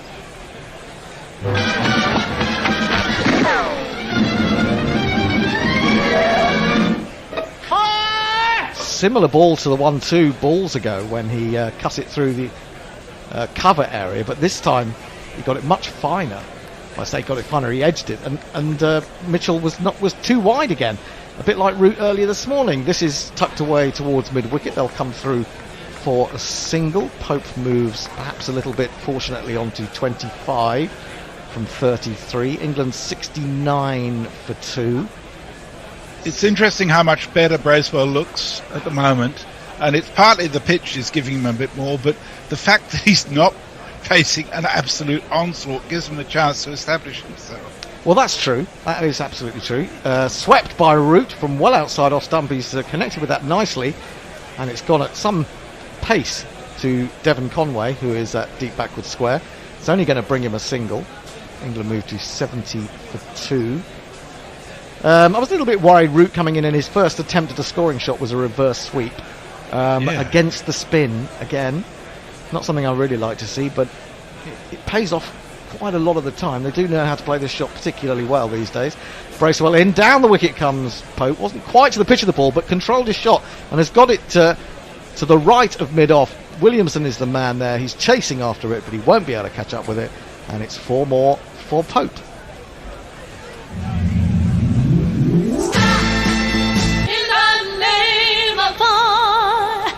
Now, I don't know about you guys, but it looked to me as if there was nothing like as much swing for, Southee, but also Trent Boult, who bowled so well in that first innings. Didn't look to me as if it was swinging as much for him today. So that's made England's task a little easier, I would say. Anyway, we're going to have a change of bowling. We're going to have Neil Wagner into the attack, and he has got a jingle that goes like this. It's a bit angry. Given a shiny red ball, then unleashed upon the pitch. He is Neil Wagner, the destroyer of batsmen. That's very doom laden, that isn't it? That mock jingle is very doom laden. 36 years old. Yeah, he's been around. He's been around as Neil Wagner. Very fine bowler, not just the enforcer. He does swing the ball as well when he puts it up there and gives it a chance to do so. Jay Grover says he's wondering why I sounded a wee bit down. Then I realised you were working again. Sorry, brother. No, I'm not down. I'm enjoying it, to be honest. It's a great laugh working at this place. Working. We had a temporary receptionist fall out of the building going to lunch and break her arm last week. Oh Lord! Fall out of the building? From where? She fell out the front. She fell down the front step. Oh Lord! Wagner then, left arm over the wicket, bowling to Root, and Root comes right forward to a ball, angled a little bit across him, meets it nicely, plays it to extra cover. There is no run. Key question, Nestlers, is that a building for which you are the facilities manager? I work for I'm not facilities manager, I work for a facilities company. So that building is not your manager. Responsibility? No, but it's all right. All the accident reports are nothing to do. She didn't take the last step. She just dived onto the pavement. Oh God! It's quite an amusing CCTV bit. Oh no, that'll turn up somewhere, won't it? Wagner in, driven by Root this time. Was stretching a little bit for this one. This time it runs up to a wide set mid off, and he inspects the bat as if to say that didn't quite come off the middle. It's got a little bit cloudier at Headingley this evening. It seems to be closing in a little bit. I don't know whether we're going to need the lights before too long, but we might well do. Well, one thing about it is it's actually very windy there today, and I think it tends to be a little harder to swing when the wind's really strong. I think that's true. I mean, some people talk about getting a bit of extra swing when there is a wind, but in my experience it's often been a problem to get it to swing when there's a lot of wind. It becomes much more floaty, I think, the swing in that respect. So we are going to have, after 2 balls from Neil Wagner, we're going to have a change of ball yet again, because the current one will not go through the handcuffs, and out comes Dr. Ballman with his case, and we've gone to a break. Let's have some tweets. Let's have a look. Let's see what's going on. Nothing on Twitter at the moment. Let's swap over to YouTube, which is quite active these days, I see. Crawley should take the 100, T20, Kent second 11s, whatever matches he can play and score 50s and 100s, says the hopeful one. Yeah. Fair enough. He needs the coaches to help him. I'm assuming they are, but... Yeah, and I mean, I think the other thing is that the fault that he has with this braced front leg and the fact that his hip is coming round, I'm sure it's not something that he does all the time. If you were to look at some of the drives he plays, he does get it right. But in any sport, I mean, take tennis for example, Nestlers, it's about the consistency of shot as much as anything. And if you're constantly getting the shot wrong, even if you get it right other times, it can get you out, and that's the problem. Yeah, I mean, I suppose in tennis it's not so bad. You miss a forehand down the line, that's your weak area or whatever. It's not as damaging because you're not turfed off the court. But you work on that deficiency until you get it to a manage. You'll never, if you've got a deficiency in a sport, you'll never get it to top level. Really, it's just part of your sort of psyche. But you can get it to a level where it's not damaging to you. Yeah. If that makes sense. No, absolutely, absolutely. He may not be the, ever play those shots he's trying to play brilliantly, but he can get to a stage where it doesn't get him out as much. Yeah. You know what I mean? Yeah. Like when Bennett was talking about Tendulkar cutting out the hook shot for a long time until he could get it right. Yeah. It's difficult as an opening batsman. You feel like you've got to play the classic shots, and of course a cover drive or an extra cover drive is one of those. And so you want to be able to show that you can play it. But if it's not really working for you, you've got to rethink it, haven't you? We're just seeing a replay of the run out. It was really sold down the river, Alex Lees, I'm afraid to say. Brilliant piece of work by Trent Boult, though.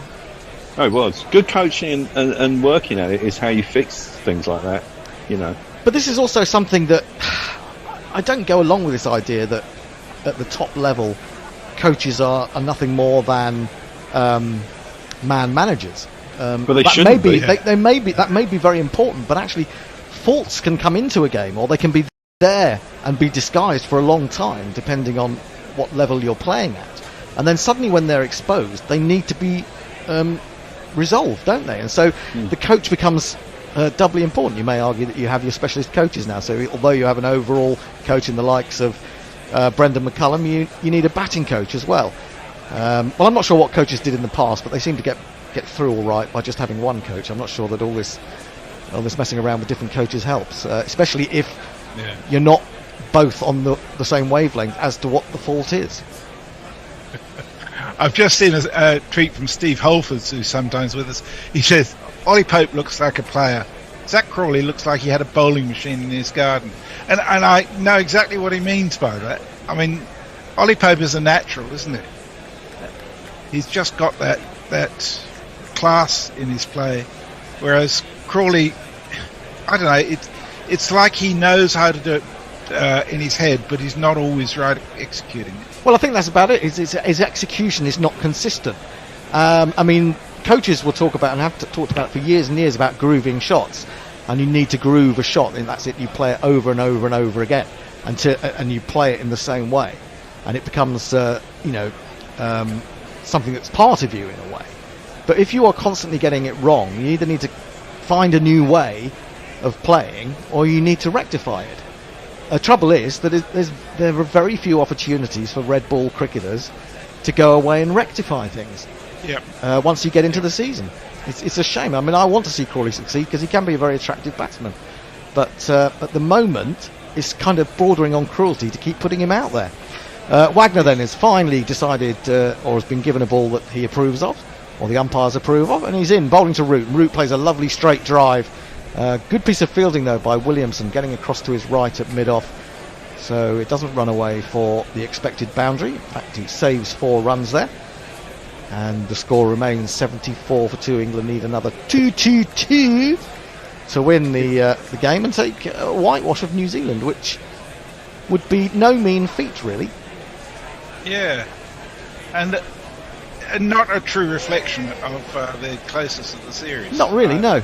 Forward comes Root, just took a little step down the pitch and then met that one in defensive mode, played it to extra cover, and there is no run.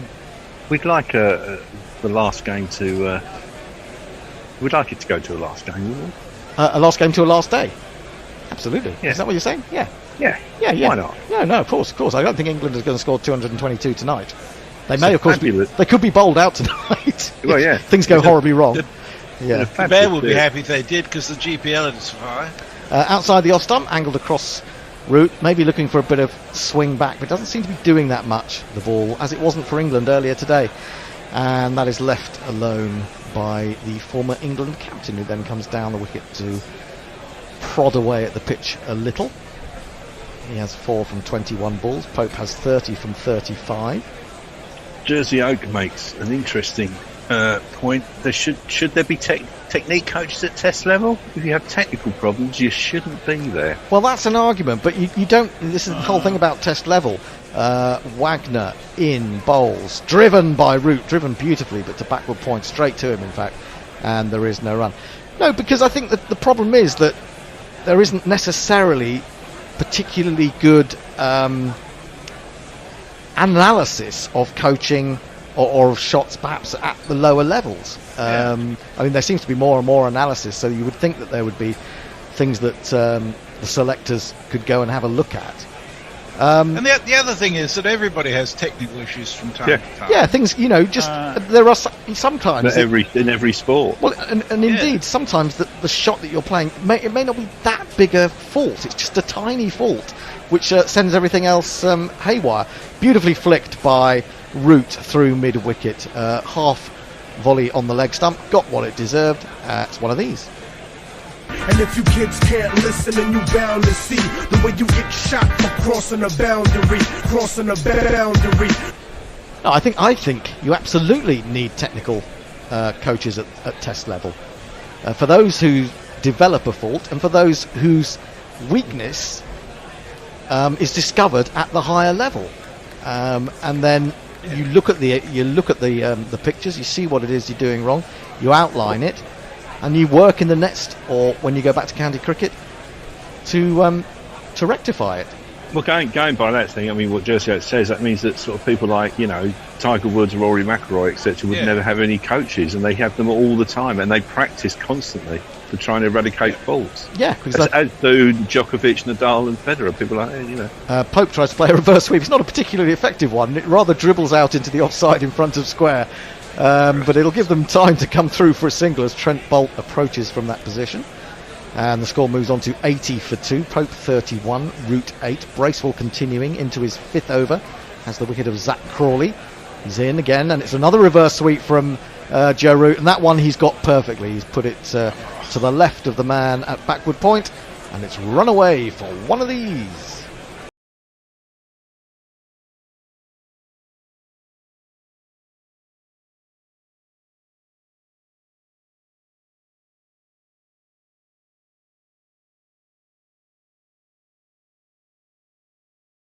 difficult thing about the reverse sweep that I struggled with when I did try to play it in the nets was that you really have to pick the bat up. You can't just, I think too often people trying to play the reverse sweep for the first time just keep the bat too low. Onto the back foot goes Root, defends it to the man at short leg, and there is no run. He's moved into double figures now. Root, he's on 12. England 84 for 2. It's no coincidence that both Root and Williamson are so good at it, because they always have so much time when they play the ball. And they need that time to do that. Interestingly enough, they're putting a third man back quite wide. He's going to play it anyway, and he's got an inside edge, has he? Yes, it's run away down to the man on the 45 behind the square on the onside. I feared for Root there that it might have just popped up to the short leg, but fortunately for him it hadn't.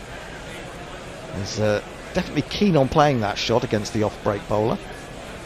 And he's in again, short flatter and into the legs. He tickles it away, but there is a fielder there.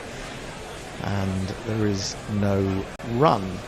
Jay Grover says, Zach Crawley's garden were all of Kent. I imagine he had several bowling machines. Yes. Well, it's going to make for interesting discussion this week. Root's been, well, that one just flew, jumped on him, and he's got an edge. I think it's gone fine of the man at slip, and no one knows where that one came from. But somehow it has gone away for one of these.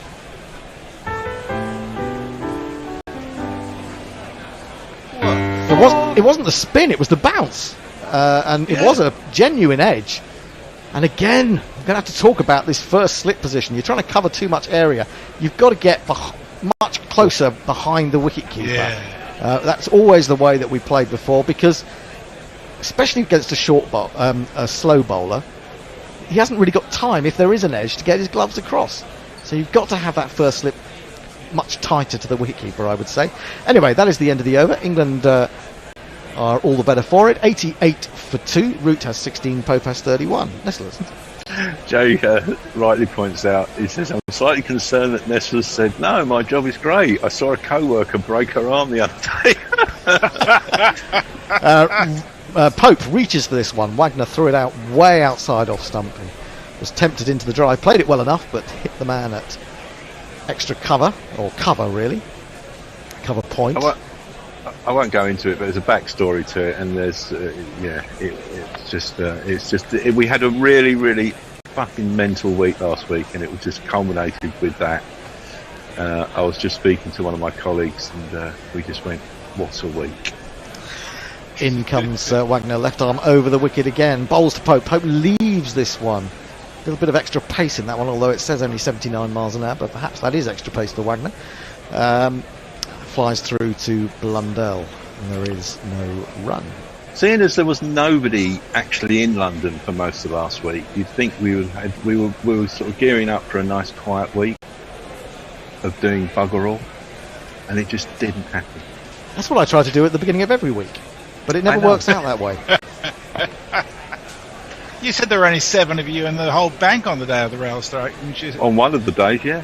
Wagner again, straighter ball, clipped by Pope to mid-wicket, and there is no run. That was quicker, 81 miles an hour. That doesn't stop people being incredibly dumb, though, Messi. Oh, well, yeah, there's no cure for that. No. So what we... The elections. We've got something like 95 overs to be bowled tonight, 95.1 or something like that. What? So it might mean, I think we're able to go on to 6:49. So 21 overs left. 21 overs. Well, yeah, that we may not get them all in. Wagner in again. Full. Oh, he's chipped that in the air, but fortunately just past Joe Root at the non-strikers end. There was no one close to that. That would have been a catch for the off Hayden, maligned off Hayden, but he's got away with it. A little bit of a leading edge, wasn't it? He was trying to turn that into the onside, and he looked alarmed as he's looked back down the wicket and saw the ball going there, and to his relief, it was well away from Wagner, and he's able to come through for a single. He goes to 32 from 40 deliveries. England 89 for 2. And brings Root back down to face. He's now moved to 16. Well, had it all his own way. Had a struggle or two. Leaves this one outside the off stump. A little bit of an off cutter, which was taking the ball further away from Root, and he leaves it expertly. And there is no run. Any more tweets? Yeah, if Old Fartup plays with us, to be a patron is to win the cricket lottery of life. Maybe it's the Guinness, but I'm just so glad to be listening to you all. Wife and children still don't understand what 5 days mean, but have gone out to get more Guinness. You sent the children out to get more Guinness. I like that idea. Well, it's an island. Wagner in, bowls. Onto the back foot goes Root, and he plays that shot where he opens the face and looks to get it, well, either down to third man or in the backward point region. And he hits the fielder on this occasion. And there is no run. End of the over. More tweets. Jay Grover also says, who watches the watchmen? Who coaches the coaches? Good question. Good question. God. Jeff Perkins says, Crawley requires execution. Bit harsh. So to who says, a coach has got a job on the basis of skill and knowledge. If that's not respected by the batter or bowler, then they're doomed to fail. Doomed to fail. Coaching's a weird thing. I mean, I did a bit of tennis coaching as I finished up playing junior tournaments and stuff, and it just wasn't for me. And also, people thought because I was a reasonably decent sort of county player that I was going to be a really good coach. Yeah. And people kept asking me for lessons, and I just, you should have taken the money and run. I did to an extent with sort of lots of middle-aged men and women, but with Not promising juniors, I was kind of like saying to their parents, "You really need to take them somewhere else." Really. Well, that's very good of you, Nestle. Bracewell bowls, and this one keeps incredibly low, but Pope has made enough room to work this wide of the man at extra cover, and it's run away for another of these. 1, 2, 3, 4. He would have been a bit alarmed about how low that ball kept. Having got into position to play the shot, he did well to stay with it and not come up too early. So good work from Pope. He moves to 36 from 41 deliveries. England 93 for 2, need another 203 to secure a 3-0 victory in this series. Not that it's doing them a lot of good in the World Test Championship. They're still second from bottom, I think. This is flicked away by Pope. I thought for a moment they would take a run to backward square leg, but they've decided against it. Hombre Nuevo's got an interesting question. If a batsman at the non-striker's end in a fit of madness caught the ball, I'll break off. Oh, this has jumped on Pope as he went back to play that. Maybe he should have been on the front foot to smother it, but it popped quite nastily, and he got caught up between bat, pad, glove, just about every other implement you can imagine. Drops to the floor. Here he comes again, flat again, turning into him. He plays with the spin to mid-wicket, and there's no run. 93 for 2. We're only into the 21st over, so again this England side is taking a positive approach to the chase. And Pope settles down again. Bracewell is in, goes back once more. It stays down as he's trying to give himself room outside the leg stump. He just knocks this back to the bowler on this occasion, just forces it. He's living dangerously playing off the back foot a lot, isn't he? Well, I've always said this about Root does it a lot. He's gone back again to this one. He starts to come forward, then he goes back, turns it down into the ground, and then it's half stopped by the man at short leg. It's the end of the over. It's 93 for 2. Is it time for a change? It's looking like it possibly could be. And Jacob is coming in. My goodness. And I'll just play some one of these little jingles. Yep, you owe us all right. You think this alternative cricket commentary stuff comes cheap? Well, we need some dollar bills to help pay our bills, so please go to patreon.com/GorillaCricket and sign up to make a regular monthly donation. You know there's literally nothing like Gorilla Cricket's coverage, so don't be tight. Dip into your virtual pocket and throw some cash our way. See, Rihanna knows. Patreon.com/GorillaCricket. Pay me what you want it. Hello again, listeners. Wagner's in, defended by Root. I'll configure the screens in a moment. Oh, actually, Hendo, I think, is still meant to be in here. I think he's on the ball by ball. Hendo, come back. I'm joined by Jason Hiscox. We are Hendo-less at the moment, so we will just have to... Oh no, hang on, no, I've switched with Hendo, so I'm doing the ball by ball for this one, and he's doing my ball by ball on the next one, which then technically leaves us without a socialiser, but I can do the socials pretty happily. So I'll do those. Wagner into route, full, driven out to the offside, no run. How are you, Jace? I'm good. Wagner is trying to build up a head of steam, but there's not a lot of pressure in the boiler at the moment. Yeah, he's not got into he's toiling away for little rewards. Yeah, he's not he's not gone short yet. We might see a bit of that tomorrow, but at the same time, he's not extracting much movement, it seems. Root tapping his bat, does his back and across motion. That a couple of those have happened. It looks like it's just stopping a touch in the pitch from Wagner, coming onto the bat a little slow and surprising Root and Pope so far. Root's throwing his hands up away from it, saying, "That's exploded on me. What's going on?" Yeah, it's the pitch just starting to break up a little as we go into day 5. No ball. It's a no ball. Neil Wagner has been called, and that's actually a fairly sizable one. Yep. As he's in and driven by Root, I'll just jingle up the no ball. Over the line! Huh? I'm sorry, Smokey. You were over the line. That's a foul. Unfortunately. So I've come to fill your gap for you. I'll do the socials if you like. Oh, thank you, Messers. Let me just configure you into the screen and take a sip of my water at the same time. Multitasking. As Root again faces up to Wagner, who's been decently economical in his 2 overs so far. He's into his 3rd. He's only gone for 7. Driven straight by Root, only as far as Williamson running around at mid-off. No run. I don't know who the next tweet is, I'm afraid, Messers, but... I do. Hombre Nuevo. It's Hombre Nuevo. It's halfway through. Wonderful. In fact, I read it. He says if a batsman at the non-striker's end in a fit of madness caught the ball, would the batter be out? No. In my view, the non-striker would be out obstructing the field. Yes. Well, he'd be out-handled the ball. Well, there's no handling the ball anymore. Well, actually, yes. It's only obstructing the field. In comes Wagner, left alone by Root outside the off stump. That's a pretty deep hypothetical from Hombre Nuevo, relying on some level of psychosis. It's possible that he is very hungover and curing it with another drink. I did respond. He said he was very hungover. I did respond to that and said I didn't know of any restriction on that law that just restricts it to the batsman who's facing. So I think, yes, on appeal he would be out obstructing the field.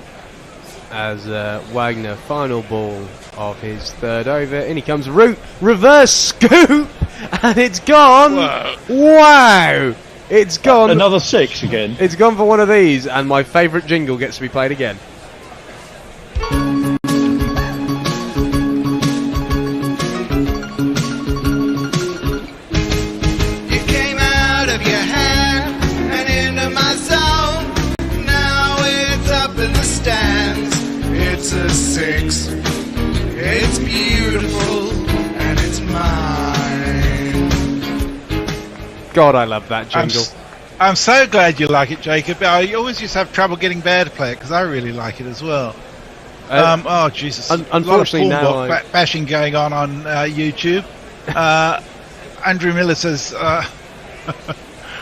"Oh no, that's a more private discussion." Oh God, right. It's hard to follow actually. There's a lot of internal discussion going on YouTube at the moment. I don't think I need to share that. And we're up to date on Twitter. That's a pretty bold shot from Joe Root. He's 22 off 37 in a run chase for 296, and he's clearly decided to use this Headingley test. It's a bit of a dead rubber with the Series 1. He's decided to use it to audition for the World T20 in October, and reverse scoops Neil Wagner back over the wicketkeeper for 6. To be fair, Neil Wagner has a good grace to at least smile at him, saying, "Yeah, good shot." Bracewell about that. Gets some turn and some drift actually, and clipped into the leg side, and that will bring up the 50 partnership between these two batsmen. Well done, well done, well done.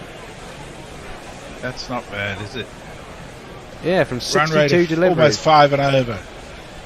It's New England, it's Bazball, it's Stokey Cullum, it's all the good things. And after Crawley was a dope for the first 2 wickets, we've been pretty good. That's turned, it was short, it's turned down the leg side, and it's actually deflected off the glove of the wicketkeeper to short leg. That's how much it went down the leg side. Short legs caught that in the end.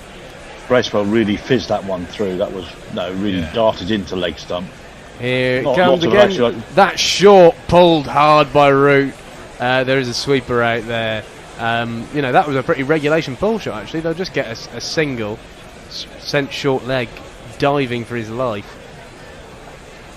I think Bracewell is falling into the cliche of tightening up and bowling faster when he should really be giving it a bit more air and slowing the ball up a bit, potentially. In he comes again. And that one has a bit more air and is defended off the back foot by Pope outside the line of off stump. And we'll go through to the slip along the floor. A lot of debate about the width of the slip. Not the width of Daryl Mitchell, but the width. He is standing away from the keeper, and they seem to have narrowed it up after a couple of edges went through. They'll reverse sweep from Pope down towards third man. Will the fielder get there? Yes, he will. Neil Wagner is an athletic chap. And they'll get through for 2 to end the over. England in pursuit of New Zealand's... Oh no, it's not the end of the over. There's 1 ball left. They tick across the ball counter so quickly now. I think I should be on a delay, as that's well, it won't change the score. Pope clips into the leg side, no run. England in pursuit of 296 are 104 for 2 after 23 overs. Not bad. Messers. Eddie Eck is with us, Adam Kate. So it's good to see Messers coming back in. I'm pretty sure the Commentators Union says you can't have a single person doing ball-by-ball, jingles and social duties simultaneously. Well, I've got to say, Jacob's been putting in a sterling effort in the last couple of days. I will qualify that with saying, unless you're Roger McCann. Oh, yeah, well, that was a tour de force when he did everything all night by himself, yes. Blimey, that sounds like a hard job. How does one summarise for oneself? To be fair, he's literally doing it off tape of an old 1981 Ashes match.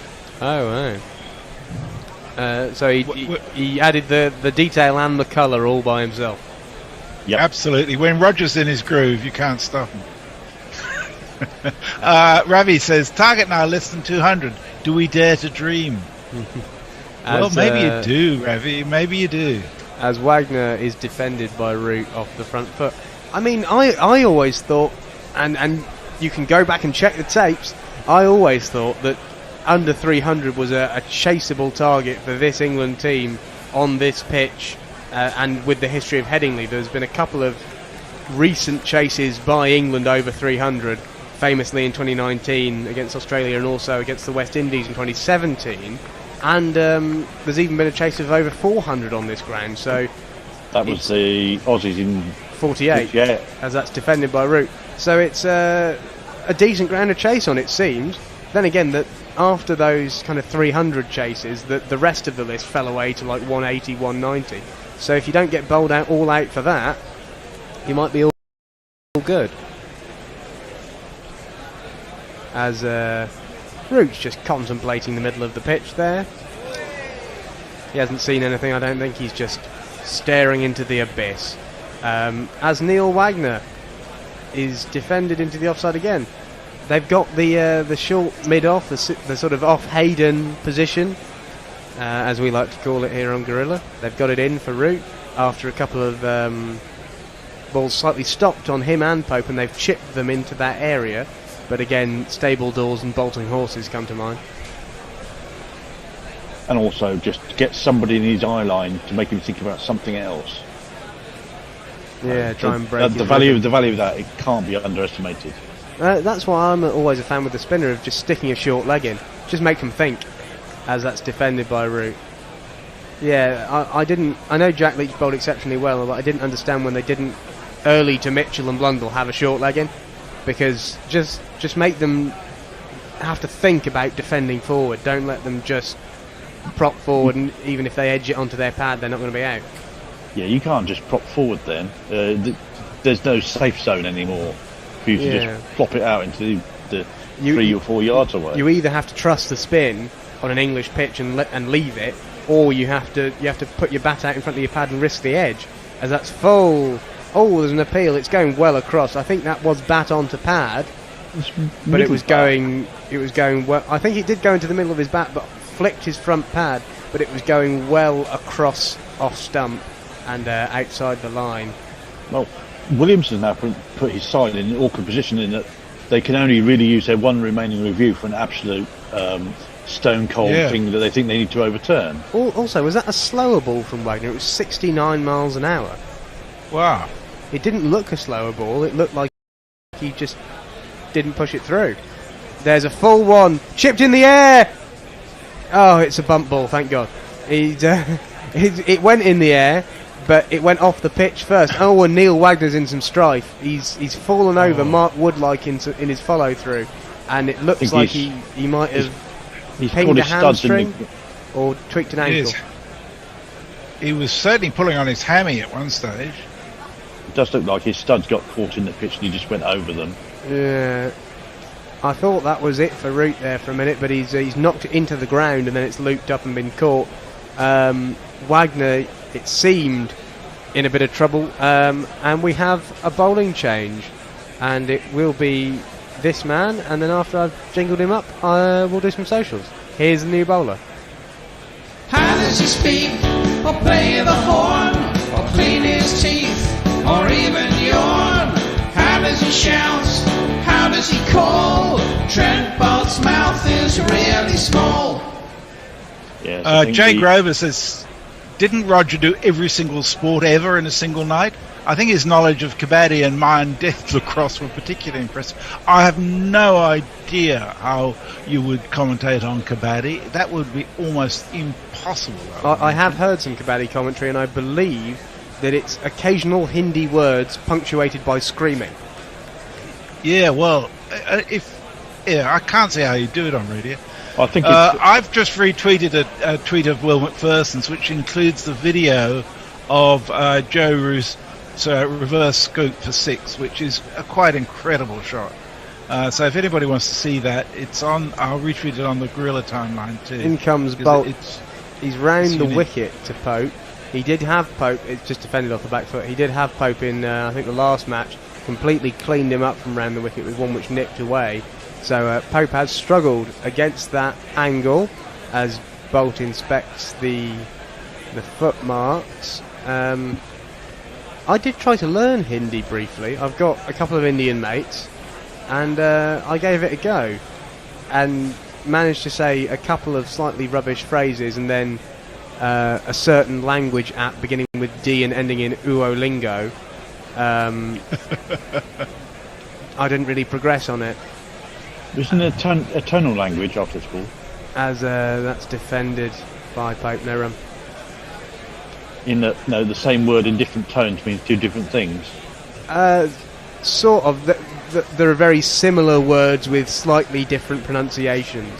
It's not quite the same as Mandarin, where the exact same word, kind of pronounced differently, has 5 different meanings. But there are lots of homophones in the language. As that's down the leg side. Oh, Blundell went to toss the ball up as if there's been an edge on it, but no contact made by Ollie Pope with a swishing wristy blow. Well, not really a blow as he didn't make contact. A swishing wristy attempt. It's the worst thing that could happen now is to get a strangle down the leg side, I think. No, trying not to get bowled by Boult, who has had his number in recent test matches. As we see young Jonny Bairstow up on the balcony, locked deep in battle with a Sudoku puzzle, presumably. As Pope drives off the back foot, he gets it through the field. They'll get back for 2, I think. Good running from England. Perhaps Bairstow's Sudoku puzzle was trying to take all the numbers out of his recent scores and line them up from 1 to 9. Could probably make a decent Sudoku out of them. I'm sure you could. Pope's on 41. He's moved into the 40s with that. 2 off Trent Boult, a nice back foot shot, Root-esque, and I think batting with Root he's been enjoying, and it's looked really good from him. Pull, hard pull, in the air, diving, fine leg will cut it off. I think it bounced before Wagner, and he made a very good dive to cut off that boundary. Great effort there from the left arm pacer in the deep. Let's have a look here. Yeah, I think it does bounce well before him. Yes, it does, but it bounces up on him, and he really had to stretch Peter Shilton-esque to keep that one out. If there is one failing in technique of Pope, it is that he does hook upwards. Yeah, where we saw Blundell pull and hook beautifully down into the ground. Root off the back foot into the leg side. No run. 25 overs done. 107 for 2 England. So Matt Searle's having a lovely time there. He says the Western Terrace are giving Trent Boult he bowls to the left, he bowls to the right treatment. And Jay says, I've watched enough Kabaddian crowds to know that most of the commentary is just insulting the players' sisters, not a tonal language. Anna Forsyth tweets an eternal truth. Hello, Anna, it's good to have you. She says, that Trent Boult jingle is a work of bloody art. It certainly is. And Jay says, Tibetan is a tonal language, but I could never tell the difference between tones. For some reason, there is no innocent mistakes in tonal languages. It's either the weather is nice or your mum fucks pigs. Yeah, I was thinking when you were talking about homophones are really dangerous because you can be saying something totally different to what you think you're saying in a foreign language. Well, it's a bit like in England, the difference between, in English, if you say truck versus fuck, you can probably ruin your intentions a little bit. Yeah, yes. It's all totally, my imagination's running wild now. But yeah, I know, but anytime you try and speak Mandarin, you're trying to ask someone how their day was, and you end up saying you'd like to play mahjong with their dog. It's just not quite easy to do, is it? Whereas, I suppose in English, the words are the words, and they don't just... It's not how you say them. It's when your word gets scrambled by autocorrect on your SMS app, and changes by one letter, and it makes a complete difference to the sense of the whole sentence. Especially when you're talking about your SMS app. Yeah. Depends what you've been talking about previously, I suppose. The software will pick it up. Big drive from Pope, wide of gully, but narrow of point, and away to sort of the third man boundary for one of these. 1 2 ka 4 4 2 ka 1. My name is Lakhan. My name is Lakhan. Nice shot from Ollie Pope. It was aerial though. Yeah, for a bloke who has just hit a nice 4, I think he doesn't look very happy with that because he knows it wasn't in control. Yeah, it was really too far away from his body to play it that sort of shot to. He was trying to drive it square, and he ended up top edging it through the slips. But it moved him to within 4 of a 50, and that would be a very nice series for him. A breakout series at number 3, having never played there before for county or country. Good drive into the ground and then into the hands of short cover. Yeah, I mean, a century in the last Test match, or was it in the first Test match? First Test match. First Test century in the first match. Some decent innings in the second and first Test match, and then one failure here, and then it's Nelson, by the way, 1-1-1 for 2, and he's closing in on potentially a 50 unless Nelson strikes. Big drive, fielders there, short cover, no run. There's definitely a plan here from Wagner to bowl it full, angle it across him, and try and get him to skew it into the covers, I think. Has he considered the reverse scoop? Because they've now got a short cover and an extra cover. Yeah, just waiting for that aerial drive. He could always try and reverse sweep Neil Wagner. Or, I don't know, play it between his legs or something. Dab down towards third man. There is a point fielder. Oh, a bit of a misfield there. I don't think they're going to get a single from that. You never run on a misfield, do you? Do you, Zach? He didn't even run on a misfield. He ran on a field. Yeah, that was unfortunate. Well, he didn't run, that's the thing. He nearly ran. He sort of sauntered down the pitch like he just didn't have to run because it was going for 4. Lee's got halfway down the pitch and then Crawley pulled out the run. It was a absolute definition of a kippering, I think. Yeah, here's Wagner with 2 men back on the leg side and short cover fielders. That's beaten one of them but not the other. Ollie Pope just cannot get this drive away, and I think he's rather keen to move to his 4th Test 50. He said questioningly. I think he's got 200. And I think he's got more than one previous 50. No, I mean not including his hundreds. Oh, got 6 50s and 200s. Okay, so to his 7th Test 50, he's doing better than I thought he was. There's the drive. Doesn't beat the fielder. And he won't have strike next over. That honour goes to Josephus Root, as he shall henceforth be known. 26 overs done, 1-1-1 for 2, still Nelson Messers. So we are up to date on tweets, and the Hornbot suddenly put up its head, and I'm sure Colin's going to hit it. Colin Soda's finally opened a beer. He says Mitchell is a great puller, and he says, is it harsh to think of Bairstow as more of a join the dots person? That's a bit mean. I mean, I know I've been really hard on Bairstow for the last few years, I've got to admit. But Jesus, for a bloke who does what he's done this year, I just can't help but admire him, and maybe he can spell. We all have been hard on Bairstow for a long time because he's been rubbish for a long time. In comes Boult to Root, defended off the back foot. 10 Test hundreds in 89 tests for a man who can do what he does in the last couple of games isn't really the greatest thing. It's not really enough. No. I mean, I didn't think he should be anywhere near the Test side, to be honest. The stuff he's been doing in the last 2 tests and the last calendar year, overshadowed by Root, obviously, but now he's broken out into his own moment in the sun, and he's playing with exquisite brutality and remorselessness, which is what he needed as Root defends that. Yeah, I think what McCullum's really done is he's given him a nice freeing up in the sense that he said, look, Jonny, you're not the best Test batsman, but you're one of the best ODI batsmen, so if you play every innings like it's an ODI, most of the time it'll come off and you'll average great. Now, I have a request that's from yesterday, and I don't know whether you're able to do it. Are you able to find the McCullum jingle on that machine? Probably. I'll have a look. It should be in England Extras, so I think I can. In comes Boult. Root wafts at it and almost gets an under edge. Pretty poor shot from Root there.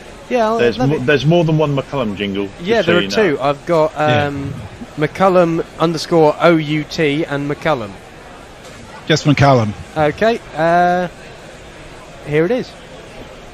Brendan McCullum, he don't let her run him, just smashes him into the crowd. The way that he bats and his collection of tats that should not be allowed. Nobody looked any finer. He gives off a Kiwis a cute angina when he's... As Root drives inside edge, almost onto his stumps actually, and it goes out into the leg side for 1 run, and we'll continue that jingle. He's caught on the boundary, stupidly chasing a wide. Whoa, and they're left waving Brendan McCullum goodbye. Whoa, whoa, whoa. That is a great jingle. McCullum. There's another one of his if you want it, but that should do for now on the old request front. Pope onto strike, 2 balls left. No worries, Messers. Defended. No run. I've decided to do all my commentary as Toast of London actor Matt Berry now, apparently. It was noticeable in the last over that Boult went back over the wicket for about 4 balls until they could get the groundsman out to pound the landing foot area nice and flat so he can get some purchase from bowling around the wicket. And he's now back over around the wicket to... Those short cover fielders have been taken out, and Pope will be looking for that drive to get to his 50. It's fallen on his legs. He does clip it nicely, but it's to mid-wicket. And again, Pope will have to wait. 27 done, 1-1, 2 for 2. They've survived Nelson. Target's 296, so they're only 180 odd away. Messers. Jay says, I've been hard on Bairstow and I'm Yorkshire. He is a public school of mine, so it's 50-50. And that's all we have on Twitter at the moment. So maybe a good time to remind people that I don't think we've had any more patrons lately, and we do want more company in the Discord channel, which is huge fun. Jacob, for his efforts running the show yesterday, has actually become a Discord member as well. So he'll be in there, open to abuse and humour, and even the $2 contributions get you into Discord. So come along and join us. It's great fun, and it's just one of many things you'll get as a result of being a patron. Patreon.com/Guerrilla Cricket. Root defends into the leg side and will get a run, and it's this man whose jingle I also love. It's only a whimsical notion to fly with Tim Southee to tonight. I probably won't fly with Tim Southee. Then again, I just might. It just makes me feel calm and happy. Much as Tim Southee's beautiful face does, and his beautiful in-swinger. Make of that what you will, Pawnbot, as Ollie Pope defends into the leg side, no run. I think the Pawnbot must be having a bit of a rest for once. Maybe Pawnbots don't work on Sundays. It is a holy day, and they take their ethics and their faith and their just the cleanliness of their soul very seriously.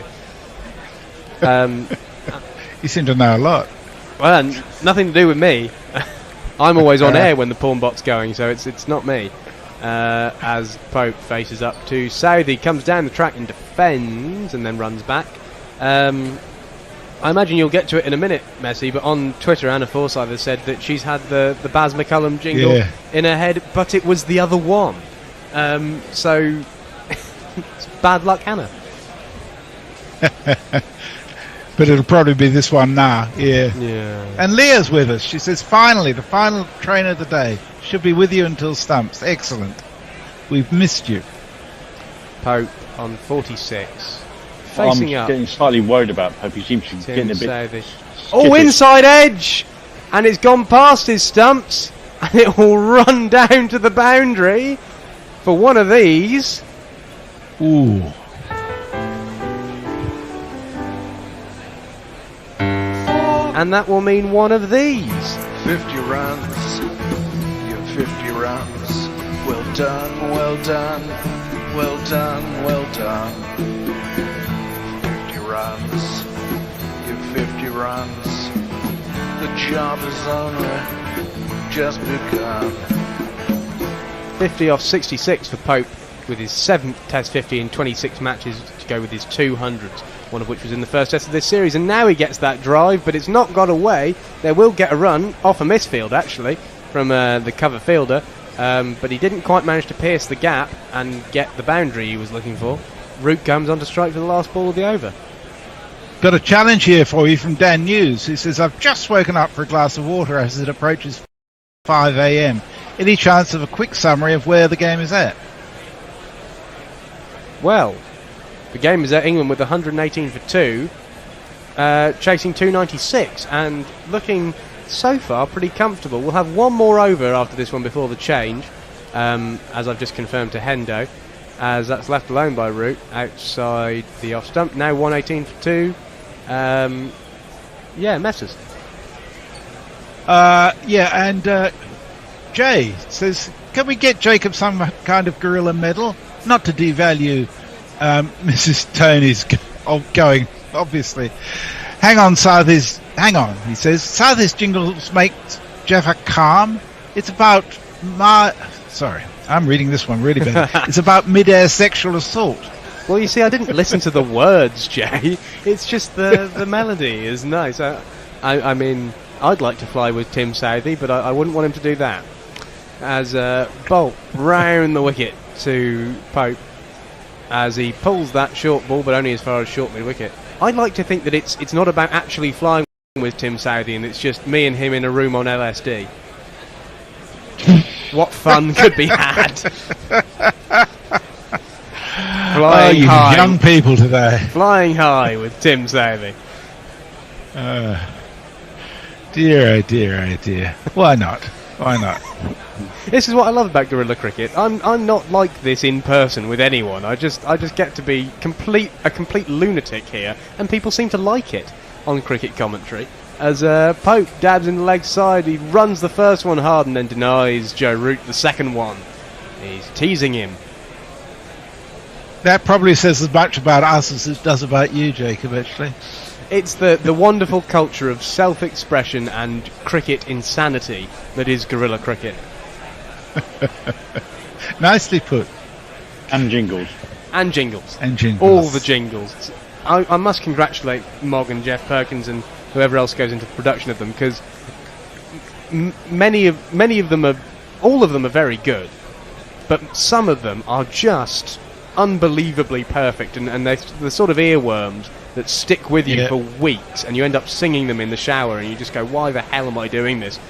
But it's beautiful. As that short Root hooks uppishly, Neil Wagner, I don't think he saw that one, but he's managed to get round to it. He wasn't quite certain of where it was, and Root would get through for 2, moving him to 27. Mark Wood's jingle always gets me. Sorry, it just always gets me, and I end up singing it in the house, and it's odd. He didn't actually get hold of that one the way he intended to, did he? He mistimed it, I think. Yeah, it was a bit uppish and a bit edgy, but it fell well short of Neil Wagner at deep, fine leg. I disagree. I think he deliberately played it down, but he was falling away at the time, so he travelled a little bit further in the air than he intended to. Yeah. But barring That's true. A horrendous and formerly classical collapse, England look set relatively fair here, don't they? With famous last words. Asking for trouble. Yeah, but with Stokes and Bairstow and Billings and Overton to come, as Root dabs down into the leg side, 170 runs for 8 wickets. For many a Test team, that would be fairly achievable. I would say that never count the effect of a good night's sleep for the fast bowlers out. Absolutely. They come back refreshed tomorrow. Batsmen are going to start their innings all over again. Tomorrow, as they say in Wizard of Oz, tomorrow is another day. And there could be some showers on and off tomorrow too, which could affect things. In comes Boult, short, pulled round the corner. Fine leg is in play, and they'll just get a single. But equally, if Stokes comes out and smashes 50 in 30, that changes the game completely. That's half the run chase. From now. Yeah. We've got one more ball before Hendo. Oh well, before that, Jay Grover says, "Now Jacob's talking my language." I think that's the LSD and comment. Martin White says, "Guerrilla cricket contributing to personality disorders since 2009." Absolutely. As Pope leaves that ball outside the off stump, Guerrilla Hendo will be taking over the ball by ball. Nestlers will come onto the socials, and we say goodbye to myself and Jason for the day, as Messers will carry on summarising until 49 minutes past 6. See you all tomorrow. Bye. See you, Jacob. Thank you. Nestlers. Leah is the next tweet. Indeed. Welcome back. She I is. never inquired as to what the DF on your hat stands for. TDF. Oh, TDF. What is it? Come on. Totally dumb fuck. Sounds like totally dumb fuck.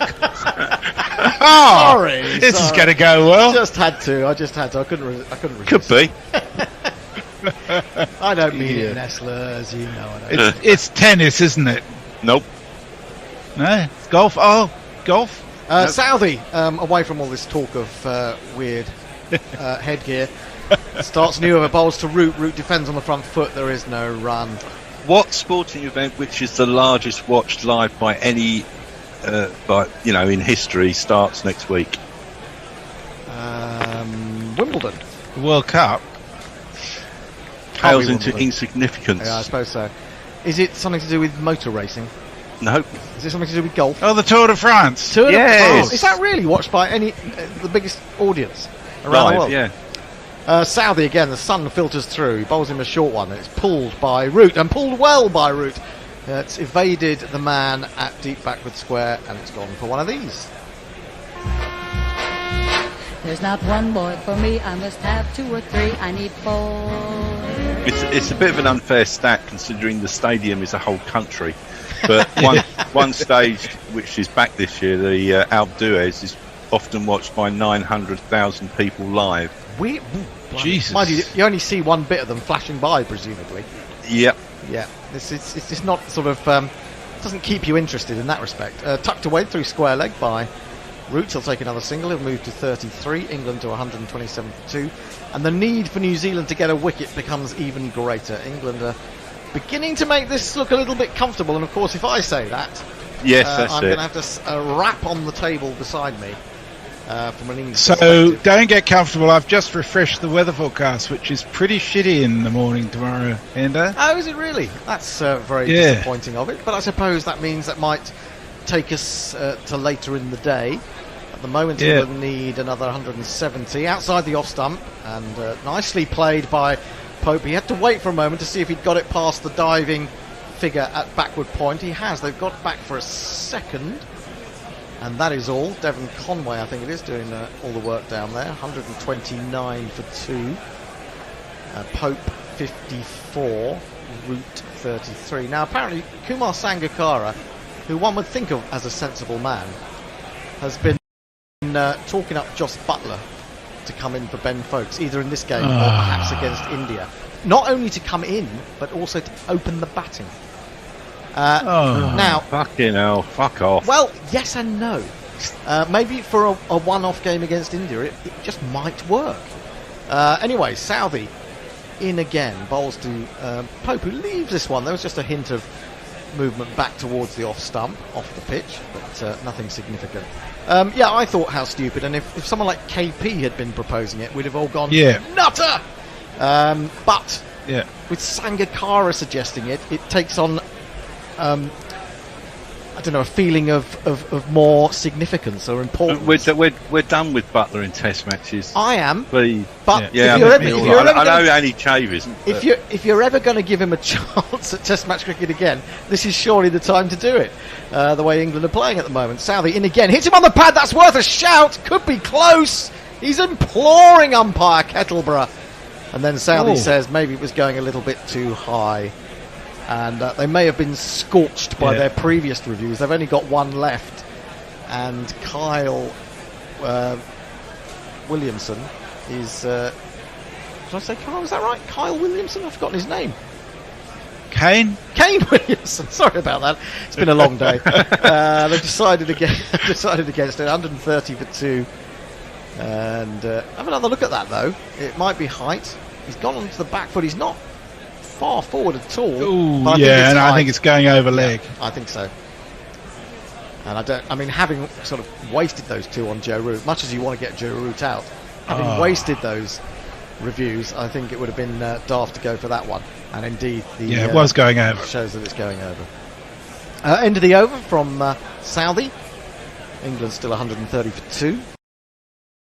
From 30 overs, so they're rattling along at 4.33 per over in pursuit of 296. And I suppose the fewer runs they need tomorrow, the better, if that weather forecast turns out to be accurate. Of course, yesterday's weather forecast got nowhere near it, because Messi, you were putting the fear in us that we were going to lose from lunch around the wicket, and almost paddled away on a swivel from Pope. A good bit of relay fielding down there, or offloading between the deep backward square and the long leg, and they get back for a couple.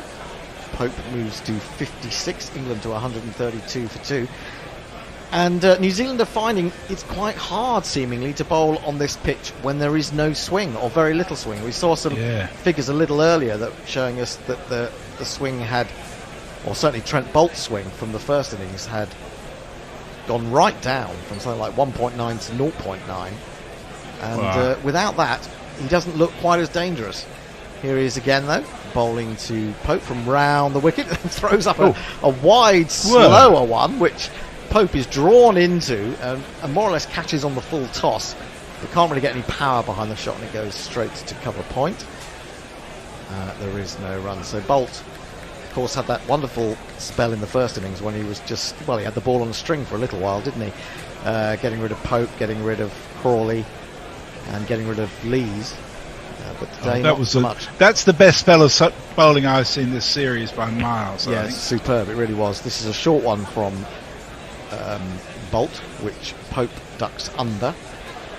This partnership now worth 80, I think, or is it 81? I think they came together with a score at 51. So they've added 81. Root has 33 of those. Pope has moved on to 56. Jack Leach, the hero of the earlier part of the day, certainly in the second session. We're seeing him sitting in the dressing room looking out.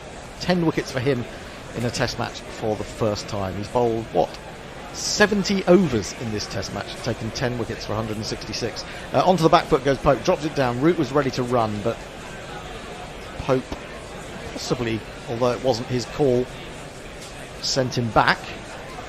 He's picked up at backward point. There is no. We might actually get all the overs in today. They're at 10 due after this one. Ooh, not less Bracewell comes back into the attack, I wouldn't have thought. We're only allowed to go to 6:49, I think, Messi.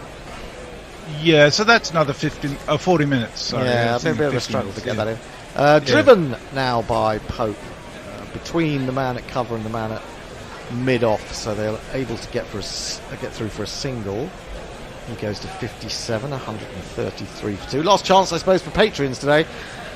We had some Patreons join us this morning, or become Patreons this morning. It'd be nice if one or two others would do that in the last half hour, just to give us a boost going into tomorrow. Patreon.com/Guerrilla Cricket. If you give us £4 a month or more, Boult in again, short. Swivel pull from Joe Root in front of square. Devon Conway is out there, they take the single. If you give us £4 a month or more, you get access to lots of things, including Discord, which is our own. Well, it's not ours, but it's a social media platform that we use, which means we can get rid of all the idiots on Twitter, and it'll just be gorillas. You'll be talking to your fellow gorillas. Also, of course, you get the Smaximum newsletter, which amounted to 3,700 words this week, and you get the Bishop and Bear podcast. So what more could you want? Why not become a patron? Patreon.com/Guerrilla Cricket. If you've always been thinking of doing it, haven't got around to it, do it now! Do it now! It's the only thing that keeps us going. Anyway, more of that in a minute. Any tweets? Jesse Oak wonders if I'm one of those spectators at the Tour de France who runs alongside a rider wearing only my underpants, waving a flag. I have been to the Tour de France. I didn't do that. Southee in again. Root comes across his stumps and flicks it away down to long leg. Was hurrying through to try and get back for the second, but won't be able to. Those guys are generally drunk Dutch fans. Why Dutch? Why the Dutch?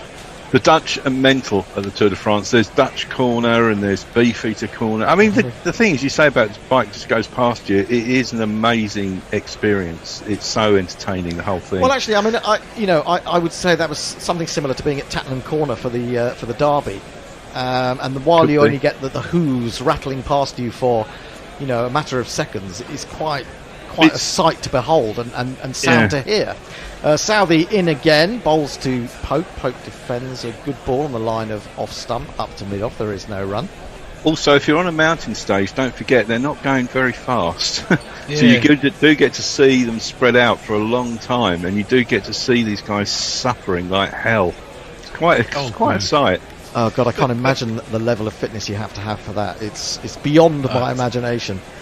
I once saw a professional basketball player in the gym, and he made me feel ill. So what on earth a cyclist would make me do, I don't know. This was 30 years ago when I was relatively fit. Onto the front foot comes Pope, turns it to square leg. There is no run. Well, I'm currently doing about 225 miles a week, and it's having an effect. But I mean, 225 miles a week is nothing compared to what those guys do. Oh God, they do that pretty much in a stage, don't they? Yeah. and uphill. But then again, I am doing it in London traffic as well. Oh, that's true. Well, actually, I think that's more dangerous, isn't it, than the Tour de France? It's quite a thing. It's quite entertaining, to be honest. I quite like it.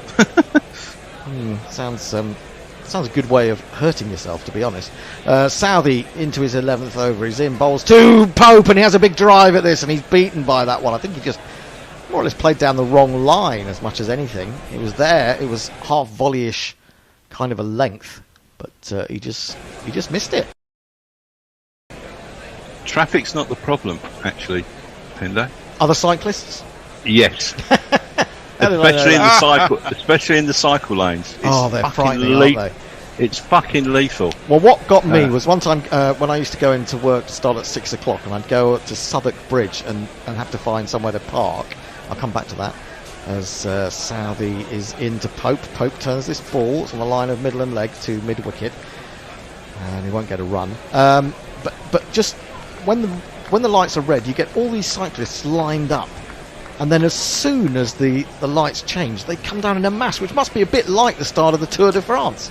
And these are people just trying to get home from work. And it is frightening. If you got in the way of that lot, you'd have no chance. You'd be completely steamrolled. We're looking at the highest successful run chases. England's highest run chase was, of course, to beat Australia at Headingley, 3 years ago now, that famous game. Ben Stokes, Jack Leach, outside the off stump. The man who goes away, goes away. The ball goes through to the keeper. And there is no run. England 135 to 32 overs bowled. More tweets. Leia says, I mean, now that England basically modelled their test ban on Butler's ODI batting, is it the time to bring him back? Well, yeah, you know, in a way, yes. That's kind of the point, I think, isn't it? Jersey Oak reckons that a lot of the Tour de France TV viewers watch it as a travel show for great views and recipes. I don't know about the recipes. I know that a lot of people, enjoy the views. Absolutely, I didn't know they watched it for recipes. In Australia, they have a cooking recipe show that goes with it as part of the package each day. Oh, right, okay. Umbre Nuevas is another silly question. If a dog catches the ball in flight and assuming that A, it's not killed and B, its teeth aren't smashed to bits, then runs off the field, is that a valid 6? I've yet to see a dog take the ball. I mean, we've seen the ball land in a pint glass, but we haven't actually seen a dog catch one. What if an asteroid... You're definitely having a lot of that hangover cure, Umbre Nueva. I think so. Now, another interesting point, as we get a change of bowling, it's going to be a return to spin, and this man. Even if my Bracewell certainly keeps wicket, knowing how the Kiwis pick it seems, he'll be just a 1 of 5. In the new era, or under the new regime, I saw Ben Stokes sitting up there. No sign of Jonny Bairstow, who's due in next.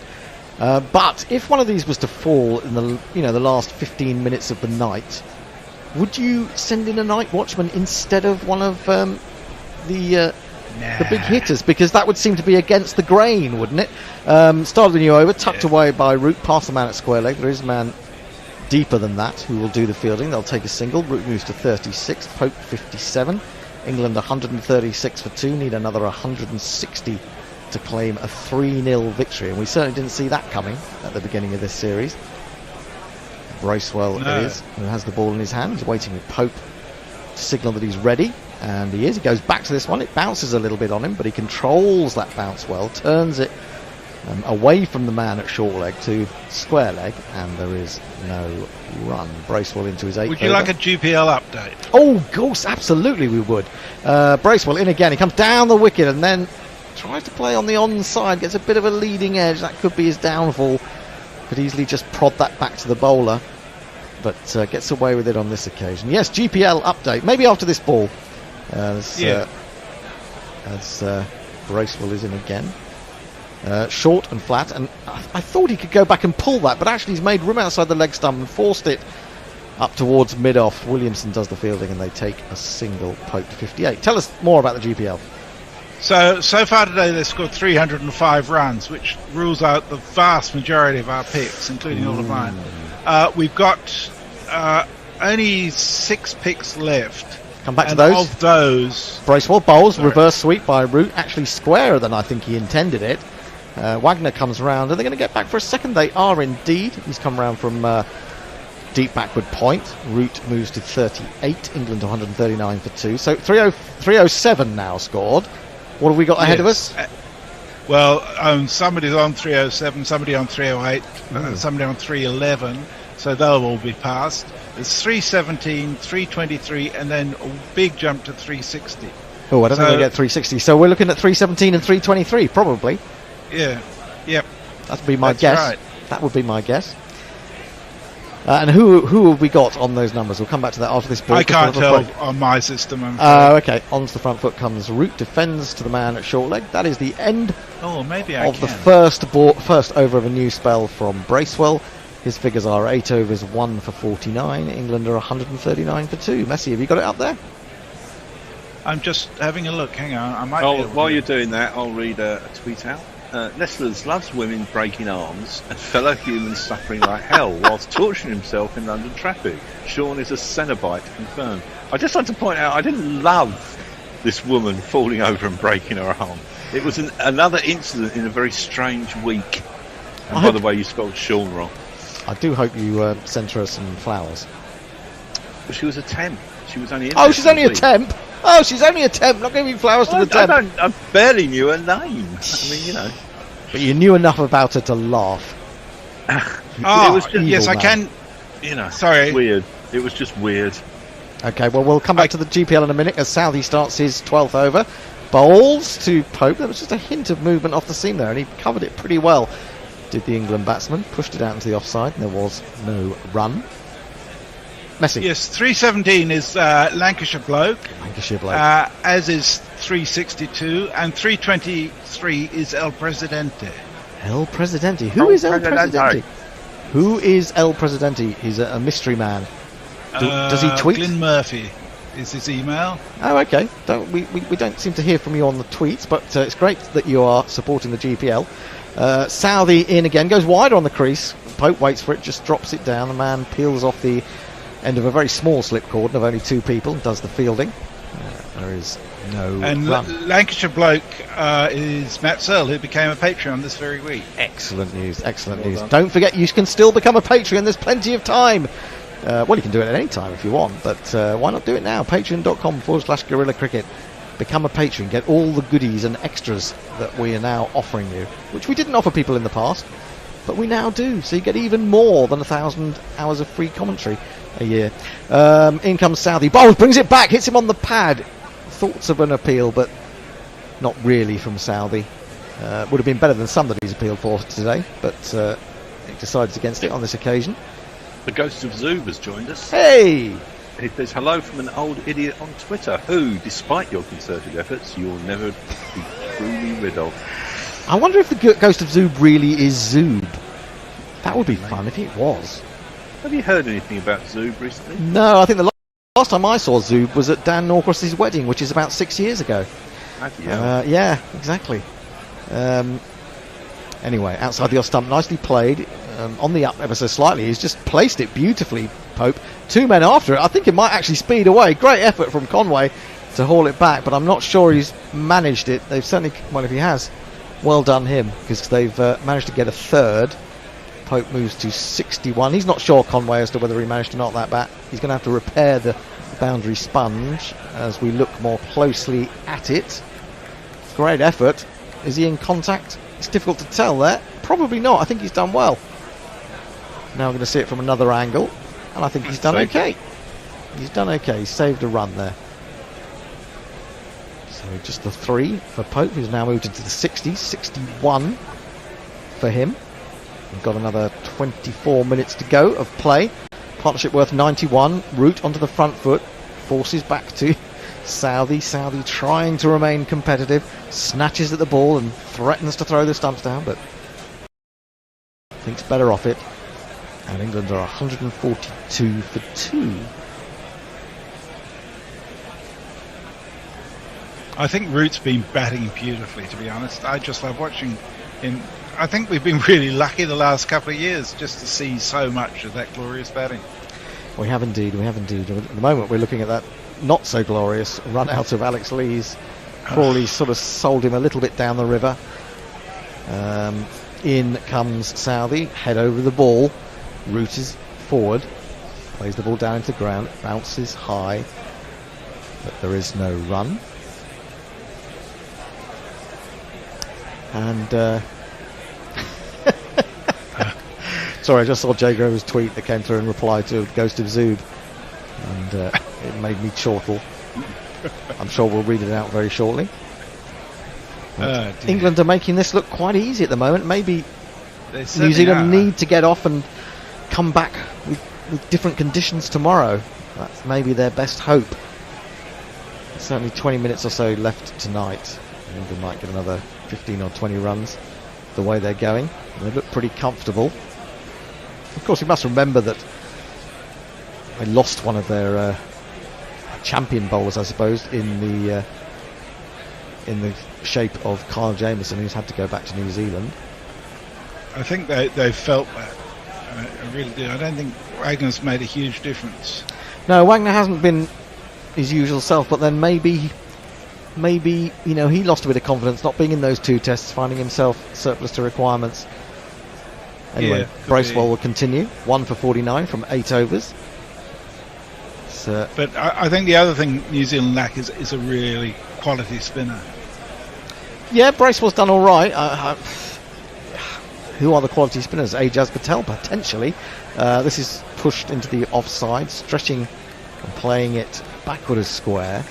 Pope will take a single as I think it's Boult coming in off the backward point boundary, does the fielding. 143 for 2. Pope 62, Root 38. They got after Bracewell quite well. He's in again. Here comes a reverse sweep. Oh, and was that a chance? If it was, it went very quickly indeed. Through Daryl Mitchell, and it's run away for 4. He may have hit it into the ground. I'll have to see that again, but it was the reverse sweep again.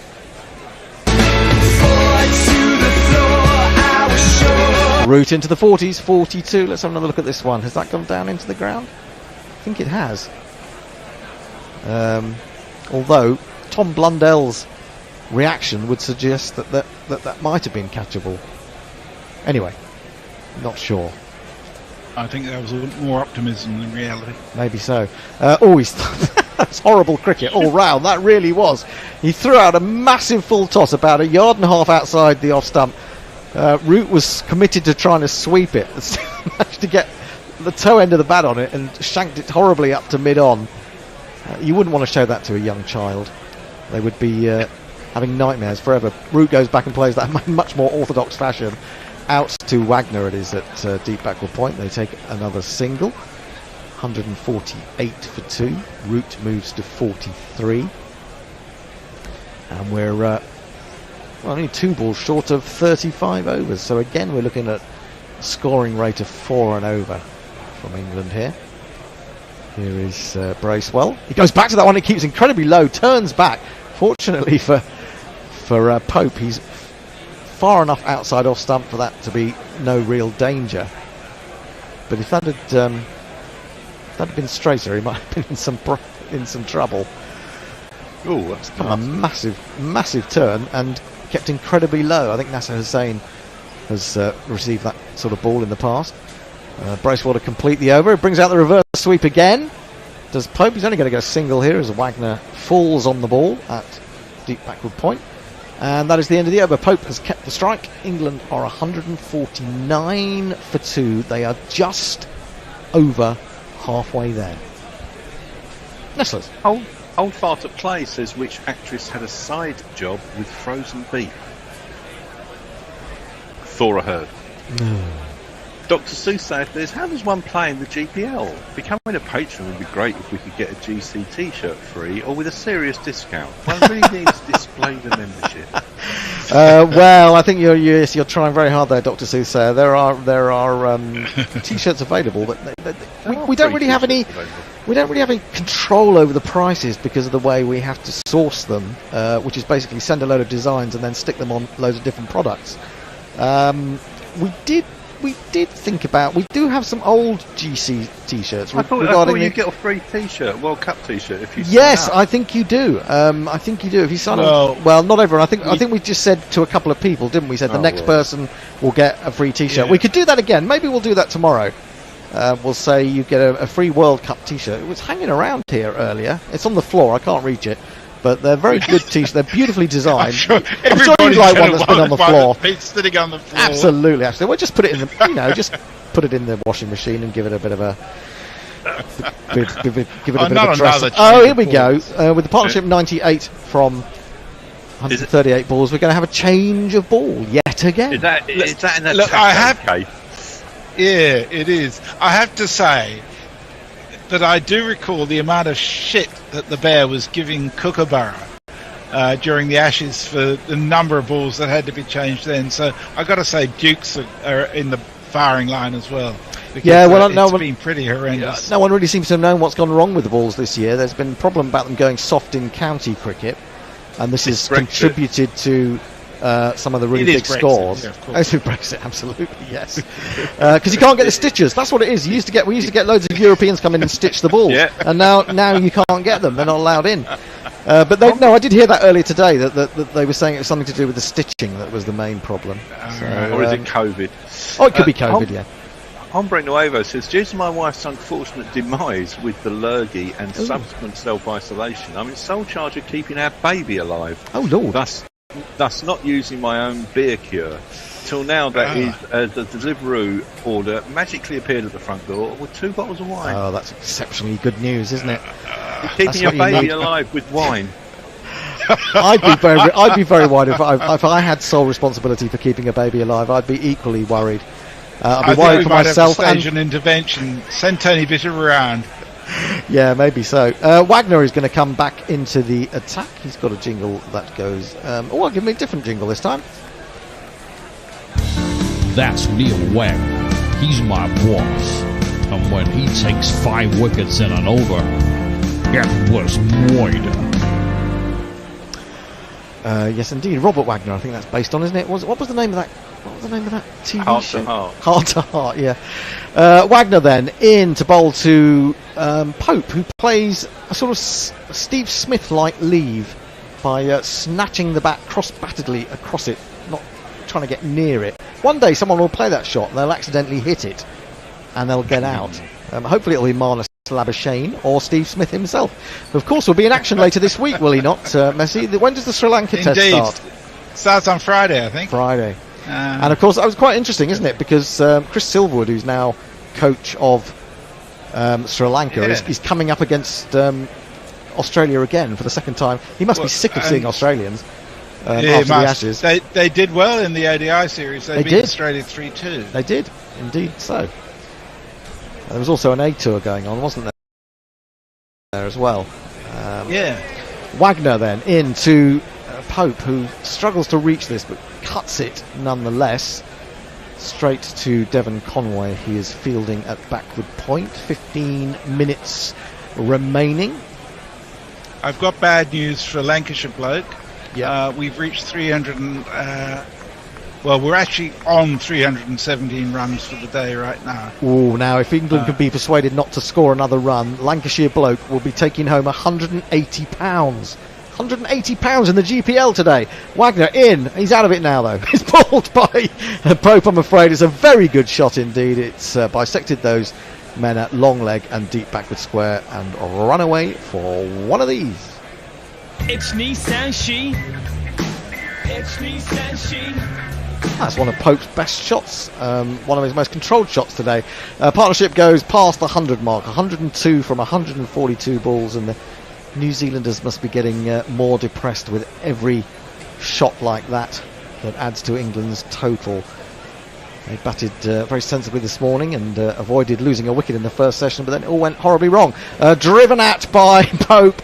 It's not where he intended it to go. It's gone off a thick outside edge. It's gone fine of the man at backward point for another of these.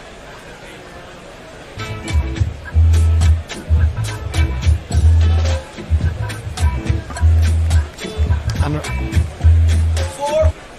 rather, I don't know, emotionless Kane Williamson there, standing with his arms crossed, wondering what he can do to stem this flow. Pope into the 70s, 71 he has. Wagner in again, full, driven straight this time. And they're going to have to give up the chase for that one because it's gone all the way up to the boundary edge for another of these.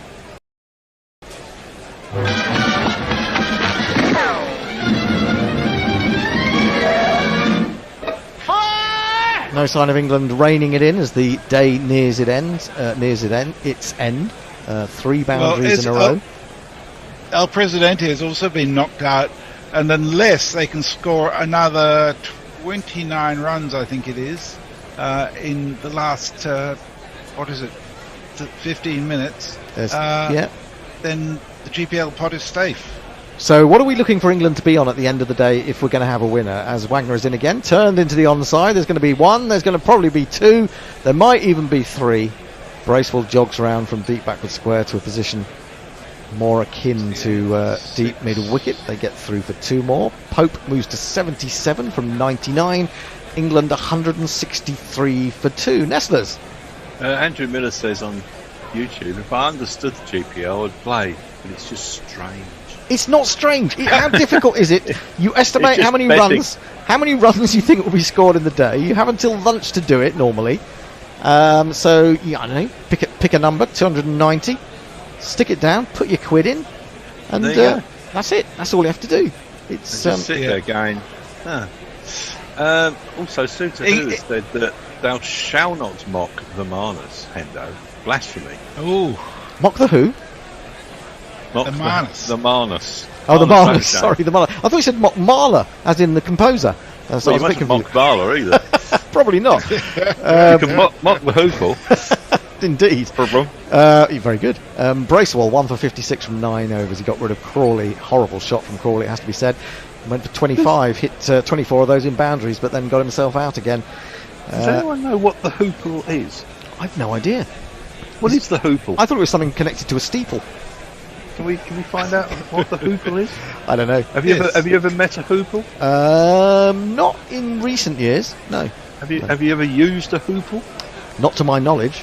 Have you ever been attacked by a Hoople? I mean, what is the Hoople? Possible. It's possible. A derogatory term describing or referring to an unsophisticated person from a rural background or community. I didn't realise it actually did have a definition. He's coming round the wicket now, Bracewell, but Root is all over him. Plays a reverse sweep. Wagner is down there at, I suppose, sort of third man, or it could be called deep backward point. They get through for a single. Will Root go to a 50 before the end of the evening? I don't know. He's on 44 now.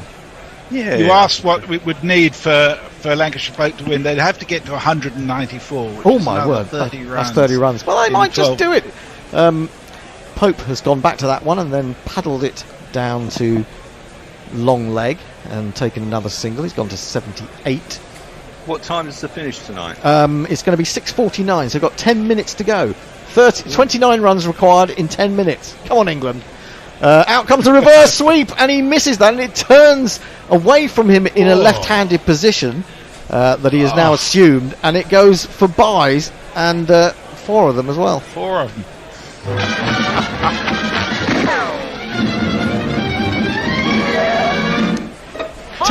Technically, it went past his leg stump, but the position he was in, it was like it went past his off stump. Daryl Mitchell dived across that slip, but couldn't do anything about it.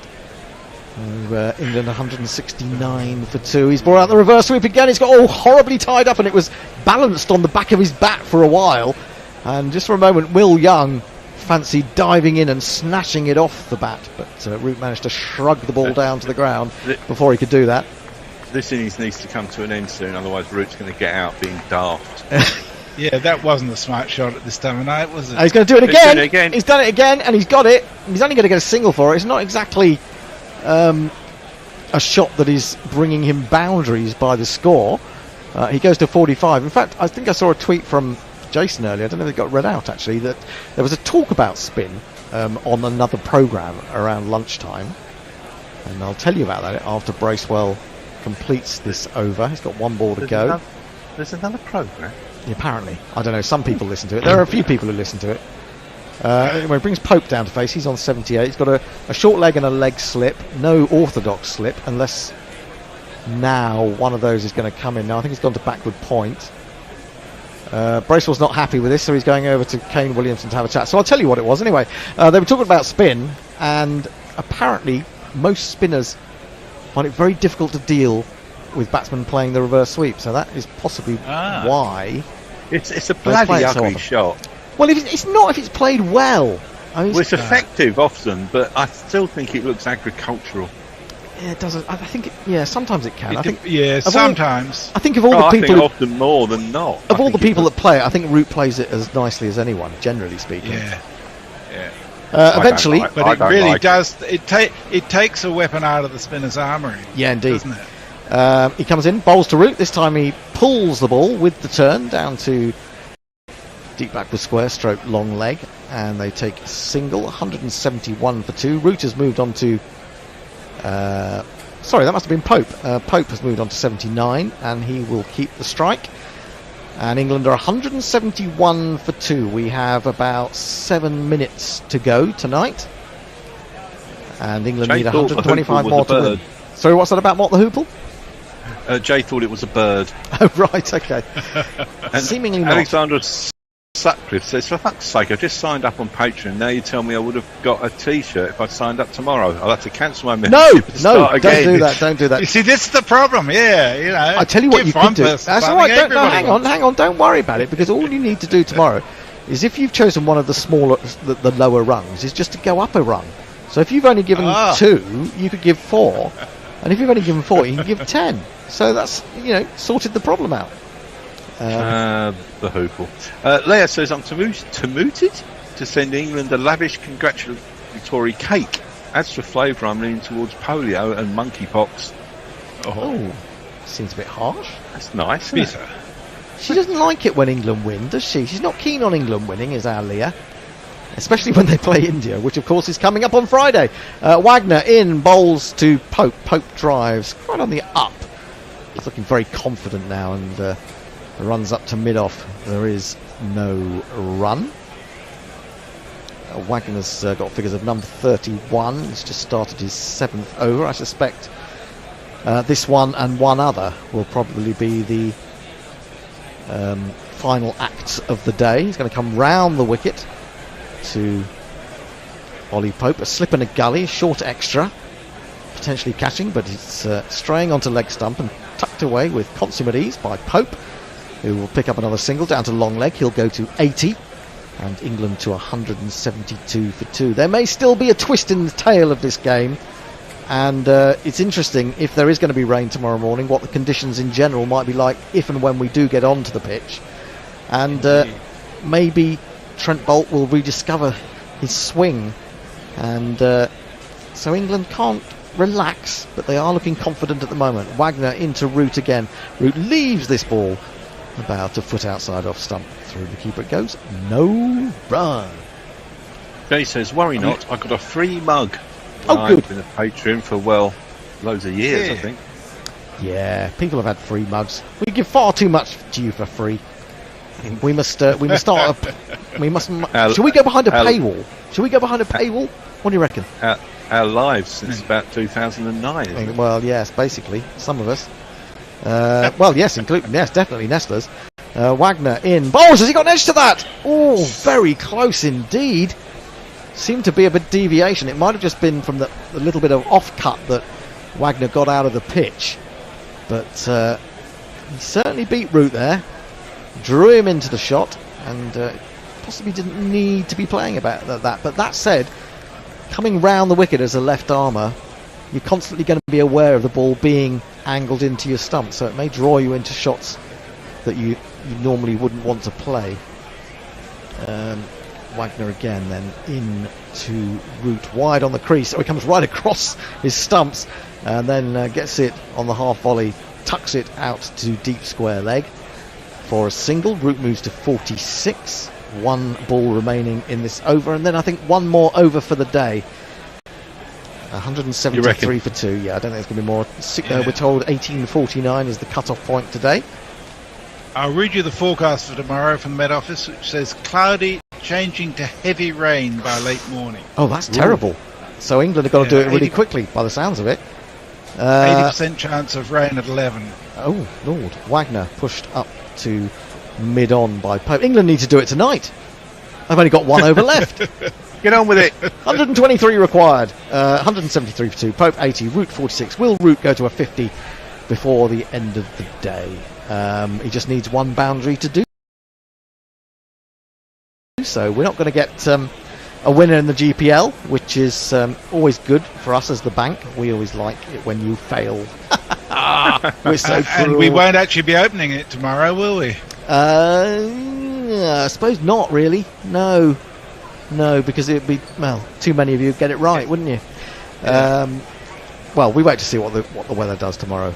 And we had 30 entries today, which I think is very good.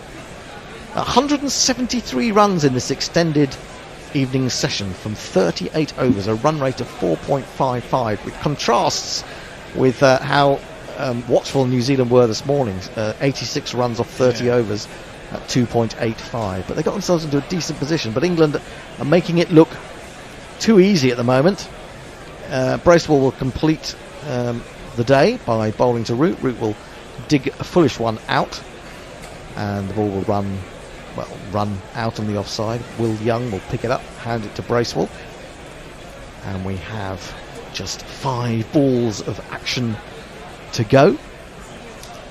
Try and get up a scorecard to go through. He's in around the wicket. He swept at that. That's hit him on the pad. Quite full. Maybe there was a bit of bat involved because there was no real interest from the New Zealand fielders for an LBW appeal. 4 balls remaining. He's in again, bowls a flat short one, and Root just swivels, pulls it to ground past the man at leg slip. He's got 50. Another Joe Root 50. Wow.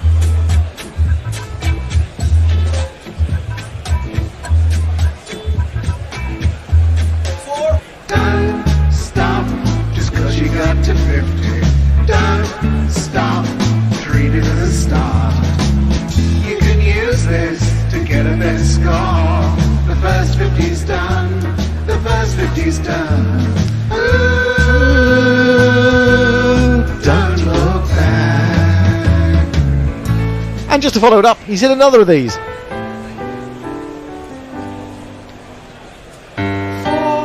That was short. It was horrible.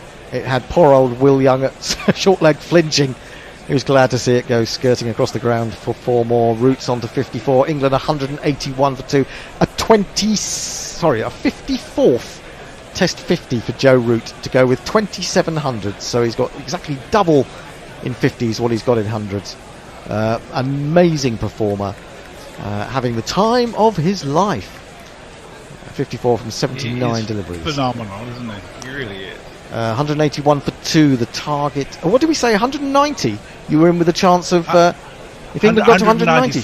Oh, so we need 13 runs off 2 balls. It's not going to work out for you, I'm afraid, Lancashire Bloke. Got very close though. Back over the wicket, bowls swept by Root.